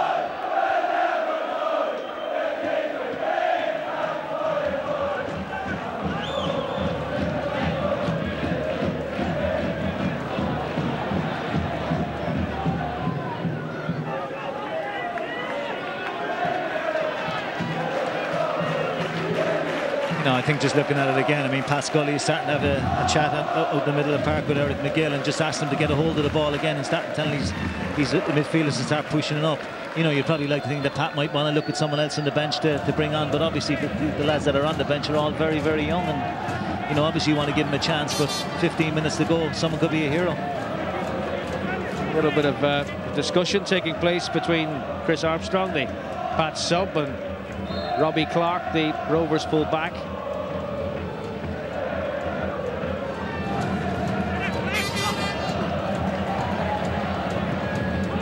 Price, Cassidy, McGill, Vickery taking on Stephen Quigley. It's Vickery still.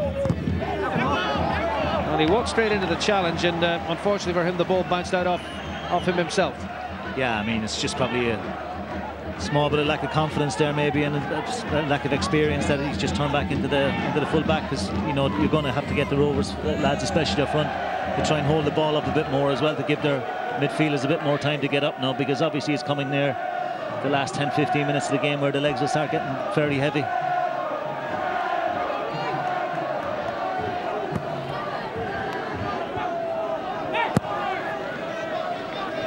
Rutherford, well defended by Price.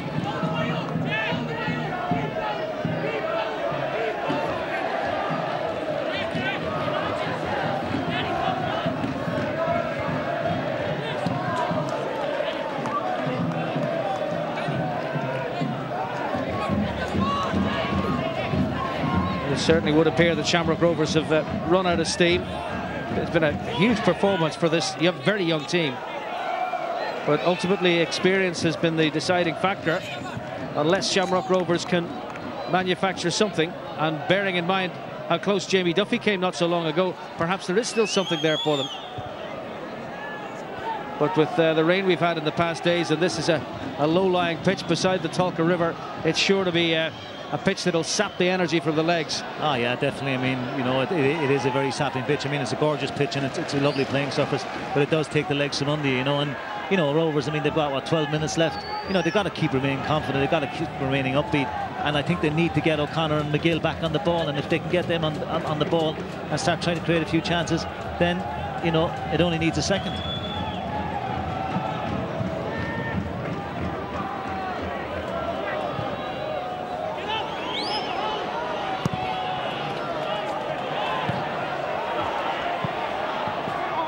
Just to fill you in on the procedures in the FAI Carlsberg Cup, the only match in the Cup that would have extra time in the event of a draw is the final. Otherwise, it's 90 minutes. If it's a draw, it's straight off to a replay. And should this end in a draw, it would be next Monday, the replay at Richmond Park, Stadium of Light of St. Patrick's Athletic.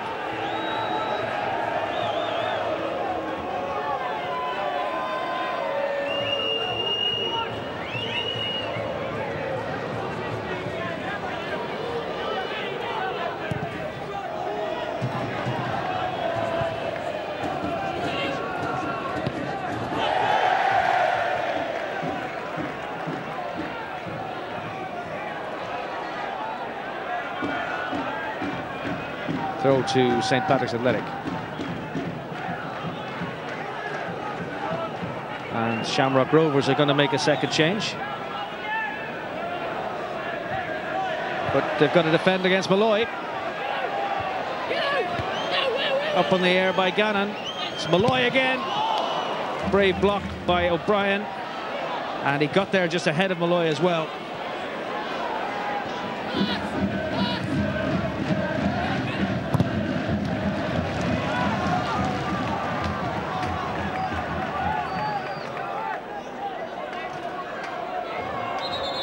Gannon will take the throw in, but first we're going to have a change. It's Davy O'Connor who's going off, and it'll be Glenn Walsh to come on in his place.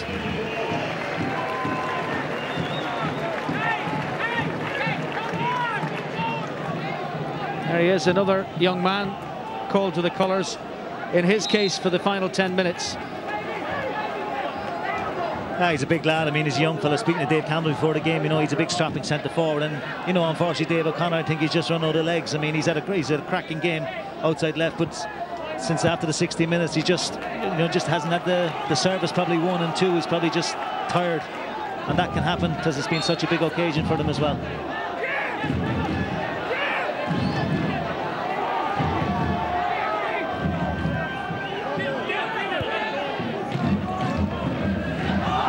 Purcell. Well, I think there's a handball, an advantage was being played, and that's why the whistle seemed to sound in rather strange circumstances. It wasn't a foul. There'd been a handball by Michael Foley, and Ian Stokes was doing his best to play advantage. Yeah, which, I mean, again, you know, give him more credit. I mean, he's had a cracking game, the referee. There's the free kick, defended successfully by Anthony Murphy. It's a corner. I mean, Shamrock Rovers' first corner of the second half. And it's a great ball in again by David Cassidy, you know, I mean, and it's a very, very difficult ball to defend because it's coming in at a lot of pace at a dangerous height, and any little deflection could have gone into and made Barry Ryan make a save.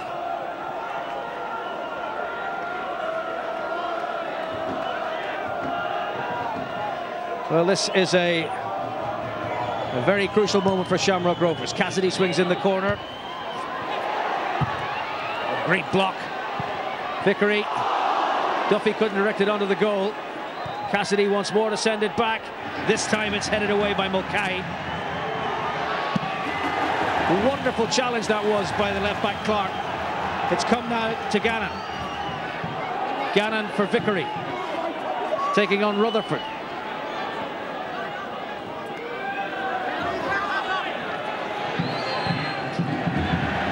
The more shrewd defender got the better of the young attacker, O'Brien.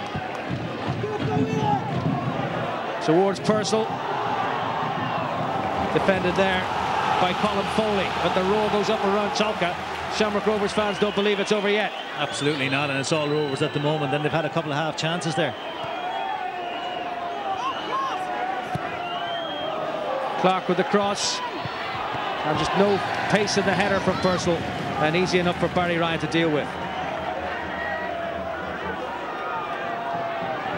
You know, he's been brought on to add a bit of height, and he's got a little touch in that, but there's been no pace, as you say, to beat Barry Ryan. But you know, it has been all Rovers for the last 5-10 minutes. And I mean, in fairness to Pat Scully, he's thrown caution to the wind, and that's very important as well. But again, it's when McGill, and you know, he's kept at it, and like, they just don't want to know at the moment, Pats. You know, I mean, they're going to do what they have to do to kill this game as well. Quigley.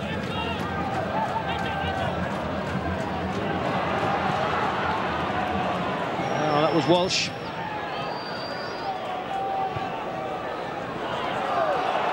Now this has come to Anthony Murphy. Murphy into the corner for Molloy. Price puts it out, and the throw is to Shamrock Rovers.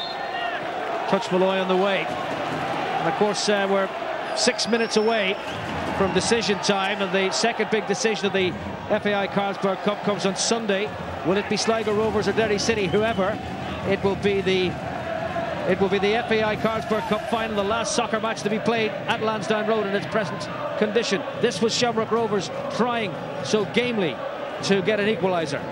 Again, I mean, Vickery, I mean, he's had a half chance there. I mean, Barry Ryan again has done exceptionally well. He's come out and blocked the first one, and then he's tried to flash a ball across the box to get one of the big lads onto it, but just they weren't there to get at the end of the header. And it's just a small bit of lacking finish at the end, and that's been probably the clinical finish, as I spoke about at half-time, has been lacking from the Rovers side. Cut out here by Gannon.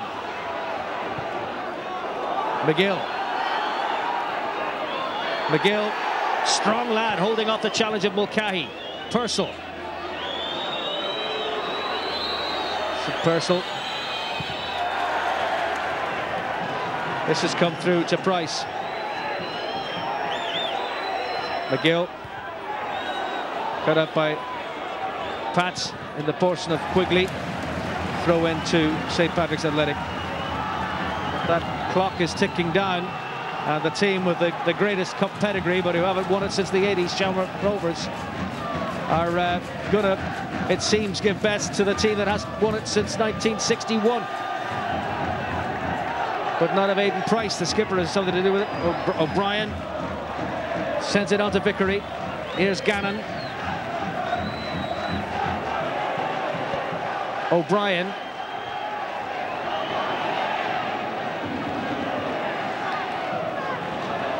But now Mark Quigley to bring it away.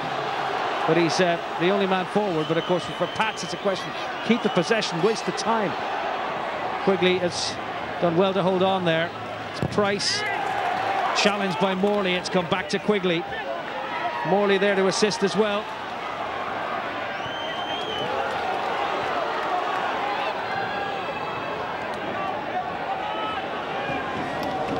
Quigley swung in then by Murphy.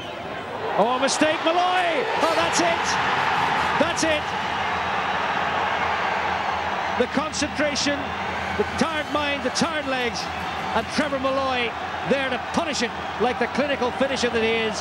Pat's top scorer this season gets the goal that surely clinches their appearance in the FAI Carlsberg Cup final. Well, you know, I mean, it has been mentioned, and in fairness to him, great finish, clinical, stuck the ball in the back of the net, had a very, very quiet first half. Second half got more and more into the game and made it finish the game, and that's it, 2-0. St. Pat's in the Cup Semi or Cup Final.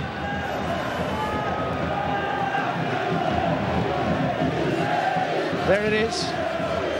Trevor Molloy's 5th goal in the Cup. He got the second in the first round that Pats were involved in against Malahide United, and he got a hat-trick in the quarter-final, one for the penalty spot against Longford Town. So his 5th goal in this Cup run, and Pats, who haven't won it since 1961, despite a period of continued success under Brian Kerr and Pat Dolan. They never managed to win the Cup. They were in plenty of finals, but never won it. But they're going to get back to the final, in which they're going to be the underdogs, you feel, if Derry should beat Sligo. But that's also by no means a foregone conclusion on Sunday. And of course, you can see that match here on Sunday afternoon on RTE2. But after such a game performance by a rookie team, with a full 11 missing for one reason or another for Pat Scully. It's taken until the 87th minute for St Patrick's Athletic to be really sure. Absolutely, George. I mean, Rovers have put up a fantastic performance. They've worked very, very hard. And, you know, Trevor Molloy, he gets one chance in the game, one clear-cut chance, and he puts the ball, and fair play to him. Yeah, I mean, you know, going back to, like, with Rovers tonight, I mean, they've been exceptionally good. And I mean, obviously, when we look and picking at the man of the match tonight, I think the two lads at the back have been fantastic, Aidan Price and Gerard O'Brien. But my man of the match tonight is going to go to Eric McGill, in number 8 in the middle of the park. I think he's been fantastic, and, you know, it's unfortunate for him to be on a losing side, but I'm sure he'll have many, many good days ahead. And you know, good luck to him, and fair play to him, and fair play to Rovers. They put up a gallant performance, but unfortunately, we're beaten by 2 sucker punches, really. So Eric McGill is my man of the match. Eric McGill of Shamrock Rovers, the man of the match, the Carlsberg man of the match. And as for St Patrick's Athletic, well, it's their 2 strikers, Keegan and Molloy. Yeah, I mean, you know, the two of them, I mean, they started off, and, you know, Paul Keegan got a half a chance, didn't do an awful lot else in the game, went off with stomach cramps. Trevor Molloy had a very, very poor first half. Got into it in the second half, got a few half chances, got the main chance he wants, killed the game in the cup final. You know, obviously they'll start talking about going to the tailors now and see what type of suits they're going to get for the cup final, and I'm sure they'll enjoy the day, I think, in early December. Yes, in its current configuration, it's the FAI Cup final that ends the domestic soccer season, the first Sunday in December. And as we were saying, it'll be the last soccer match before the wrecking ball comes into Lansdowne Road. Be 3 additional minutes. Well, 3 minutes were enough for Manchester United to win the Champions League in 1999, but it would be a big, big comeback if Shamrock Rovers were to manage it now, given the way it's gone, given the fatigue factor and everything else, and the experience of Pat in this situation. Yeah, it would be a huge ask, and you can see out there, I mean, they're shattered, and they're young boys, and they've given it everything, and they've worked really, really hard. And I think Pats are just going to start to play a little bit of keep ball now if they can, and just take it into the corners and just, you know, just kill time. And they don't need to do anything now for St. Pat's. They just need to play around with the ball and make it even more frustrating for Rovers. And the thing is, for Pats too, this is a culmination of a run of form. They're going to make another substitution. They're withdrawing Trevor Molloy. He could get his moment of glory, and they're replacing him with Luke Fitzpatrick for the final 2 minutes, the stoppage time. Now there's another Luke Fitzpatrick going to be in action this weekend for Leinster in Edinburgh on Sunday, but this Luke Fitzpatrick is playing for Pats for the last 2 minutes. But making the point that Pats' only victory in 8 matches prior to the quarter-final was in the Cup against Dundalk. But then when they beat Longford in the Cup quarter-final, that was the first of 4 wins on the trot. So this will be their 5th consecutive victory, and that's some kind of form to have behind you heading towards a Cup final. Absolutely, and I mean, it just shows that they're a team totally that plays on confidence, and, you know, they've got a lot of confidence players and a lot of players that need to have their confidence up to play well. You know, but, you know, you keep sort of feeling sorry for Rovers today. You know, they've been, in my view, and many people are probably watching the game tonight, the better side on the day. Unfortunately, not clinical enough in front of the goal, and 2 well-taken goals by Pats have taken the game. Is there to be a consolation at least for Shamrock Rovers? But the Pats defence, 11-man defence, stood firm, and now here's Fitzpatrick.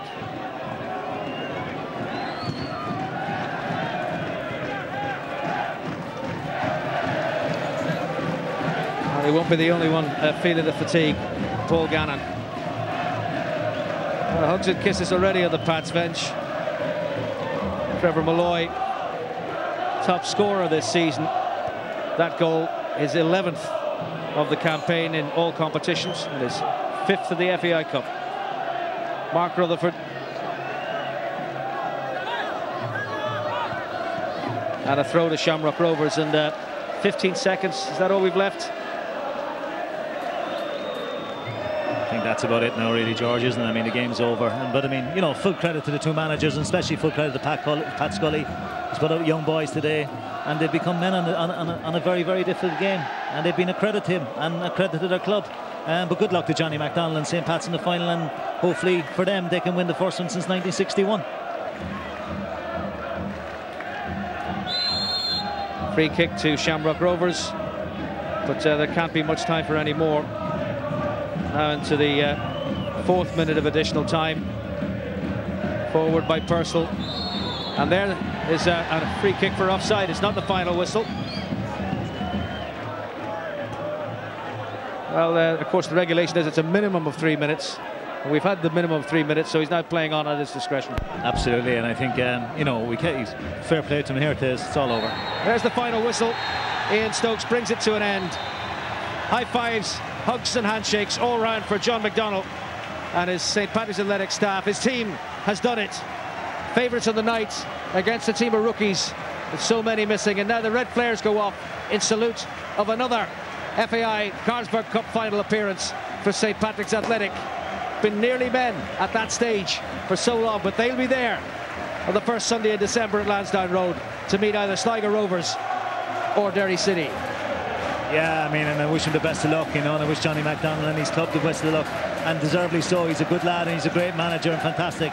For Pat Scully, he's obviously been very disappointed, but he's got to go in there a proud man tonight. They've been fantastic, young lads, good luck to them. Some quality players there who we'll see an awful lot more in the future, and all's bright for Shamrock Rovers Football Club.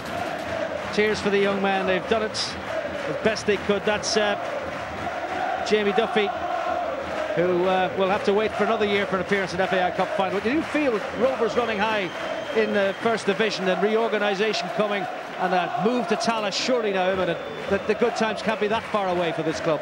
Yeah, it's too big a club to be done where it is, you know, and like if you look again tonight, and we talked about it early on, they've lost 5 or 6 players tonight, brought in young boys, been exceptionally well, exceptionally talented, and I think they've got a great future if he can hold on to all of them. The manager's very, very a sensible man, he's an astute man, and good luck to them. So Tolka Park bids farewell to Shamrock Rovers in this season's FAI Cup final. It'll be St. Patrick's Athletic against either Sligo Rovers or Derry City. Paul Keegan in the 18th minute, Trevor Molloy in the 87th. Shamrock Rovers 0, St. Patrick's Athletic 2. So St. Pat's through to the final of the FAI Carlsberg Cup. Dave Barry, experience versus inexperience, was that the difference in the end, do you think? Well, I think that's why the people pay big money for centre forwards. If you look at the 2 most experienced players on the pitch, probably Paul Keegan and Trevor Molloy, they came up with the goods. You know, you have to feel sorry for Shamrock Rovers. Top McGill in the middle of the park, definitely man of the match, outstanding right throughout. But I think, you know, when you're creating chances, you're not taking them, it can snap your confidence. I think they got a bit ragged in the second half, Shamrock Rovers, you know. Maybe it was the pitch, maybe it was just the inexperience, but you have to give credit to Shamrock Rovers, they're outstanding. But I think, you know, experience told that on the day. OK, you mentioned McGill, man of the match, and he's with Tony. Thank you very much indeed. Yes, Eric McGill, I'm sure you're desperately disappointed at the result, but congratulations on your performance, and you are the Carlsberg man of the match. Congratulations. Neil Ronson there will give you the trophy. Now, I'm absolutely sure you're gutted to lose in a semi-final, but what was it like playing there? Oh, it was great. The crowds are magnificent. Can't really complain about the performance, really. We did all we could, but just terribly disappointed. What's it like for an 18-year-old to be involved in such a big occasion? Well, it's all right. I don't really think about it as too much. I just think of it as a game of football, and I try and do my best. And I hope to win most matches I play in. So. Do you think it was a question of finishing, obviously the experience of Paul Keegan and Trevor Molloy versus your inexperience? I don't think so. I think we did very well. There weren't really clear-cut chances, but we maybe had 1 or 2 that we could have put away early on in the match. Well, congratulations on your performance, and well done, Eric McGill, the man of the match. Thank you. Well, Roddy, Trevor Molloy is a player that you know very well, and it was his goal in the end that put the final nail in Shamrock Rovers' coffin this evening. Yeah, it was probably the only time in the whole game he got away from Price. Price done a fantastic job, but it was a great delivery into the box, and big Armstrong, he knew exactly where it was. A nice little touchdown, but I think Price will be disappointed again. He just threw a legger, and for the first goal as well. I mean, in his man marking duties, he was fantastic, but if you look at the 2 goals in the replay, you could fault him for the 2 goals. I mean, that was a bad reaction there for the defender. But in fairness to Trevor, he's always alert. He will go from the start. He's one of these players that never lacks concentration. It's always there, and right till the last kick of the game, and he got himself a goal. He worked really hard. Very frustrating night from, you know, a good finish. There are a couple of other games going on this evening in the Aircom League in the Premier Division, and we have some latest scores. These were 7:45 kickoffs. Bohemians 0, UCD 1, and Drogheda 2, Longford Town 0. They are latest scores. You can get confirmation of that on Airtel page 220, and also continuing coverage on RT Radio 1 medium wave and long wave 252 until 10 o'clock with Friday Sports Night. There you see the top of the First Division table. Last night Dundalk, a vital 3 points for them. And that means that Shamrock Rovers now trail Dundalk by 6 points, but Rovers do have the 2 games in hand, so all is not lost for them there. But it hasn't been a great weekend so far for Shamrock Rovers. I suppose, Dave, if you were looking at this game from a Shamrock Rovers point of view, you might say, OK, terrible to go out in the Cup semi-final, but when you look at the youthful faces of that Shamrock Rovers team, they were all so young that maybe the future is bright. You know, a couple of years ago they brought in a lot of experienced players, and you know, I think Pat is after saying let's go with the young fellas. I think he's after signing 30 players and to take them on to the next stage. But I think you know, Pascully will be very disappointed, but I think at the start of the season what they want to do is get promoted into the Premier Division, and I think with this team coming up with that youthful enthusiasm, they won't be able to place in the Premier Division. There's no doubt about that. All right, well, we'll have time to talk further about this with Roddy and yourself on Sunday from the showgrounds in Sligo. But tonight here at Tolka Park, St Patrick's Athletic have taken a major step towards winning this fellow for the first time since 1961. 2-0 winners on the night. It's St Pat's through to the final. We'll talk to you again from the showgrounds on Sunday afternoon. Until then, from all of us here, bye-bye for now.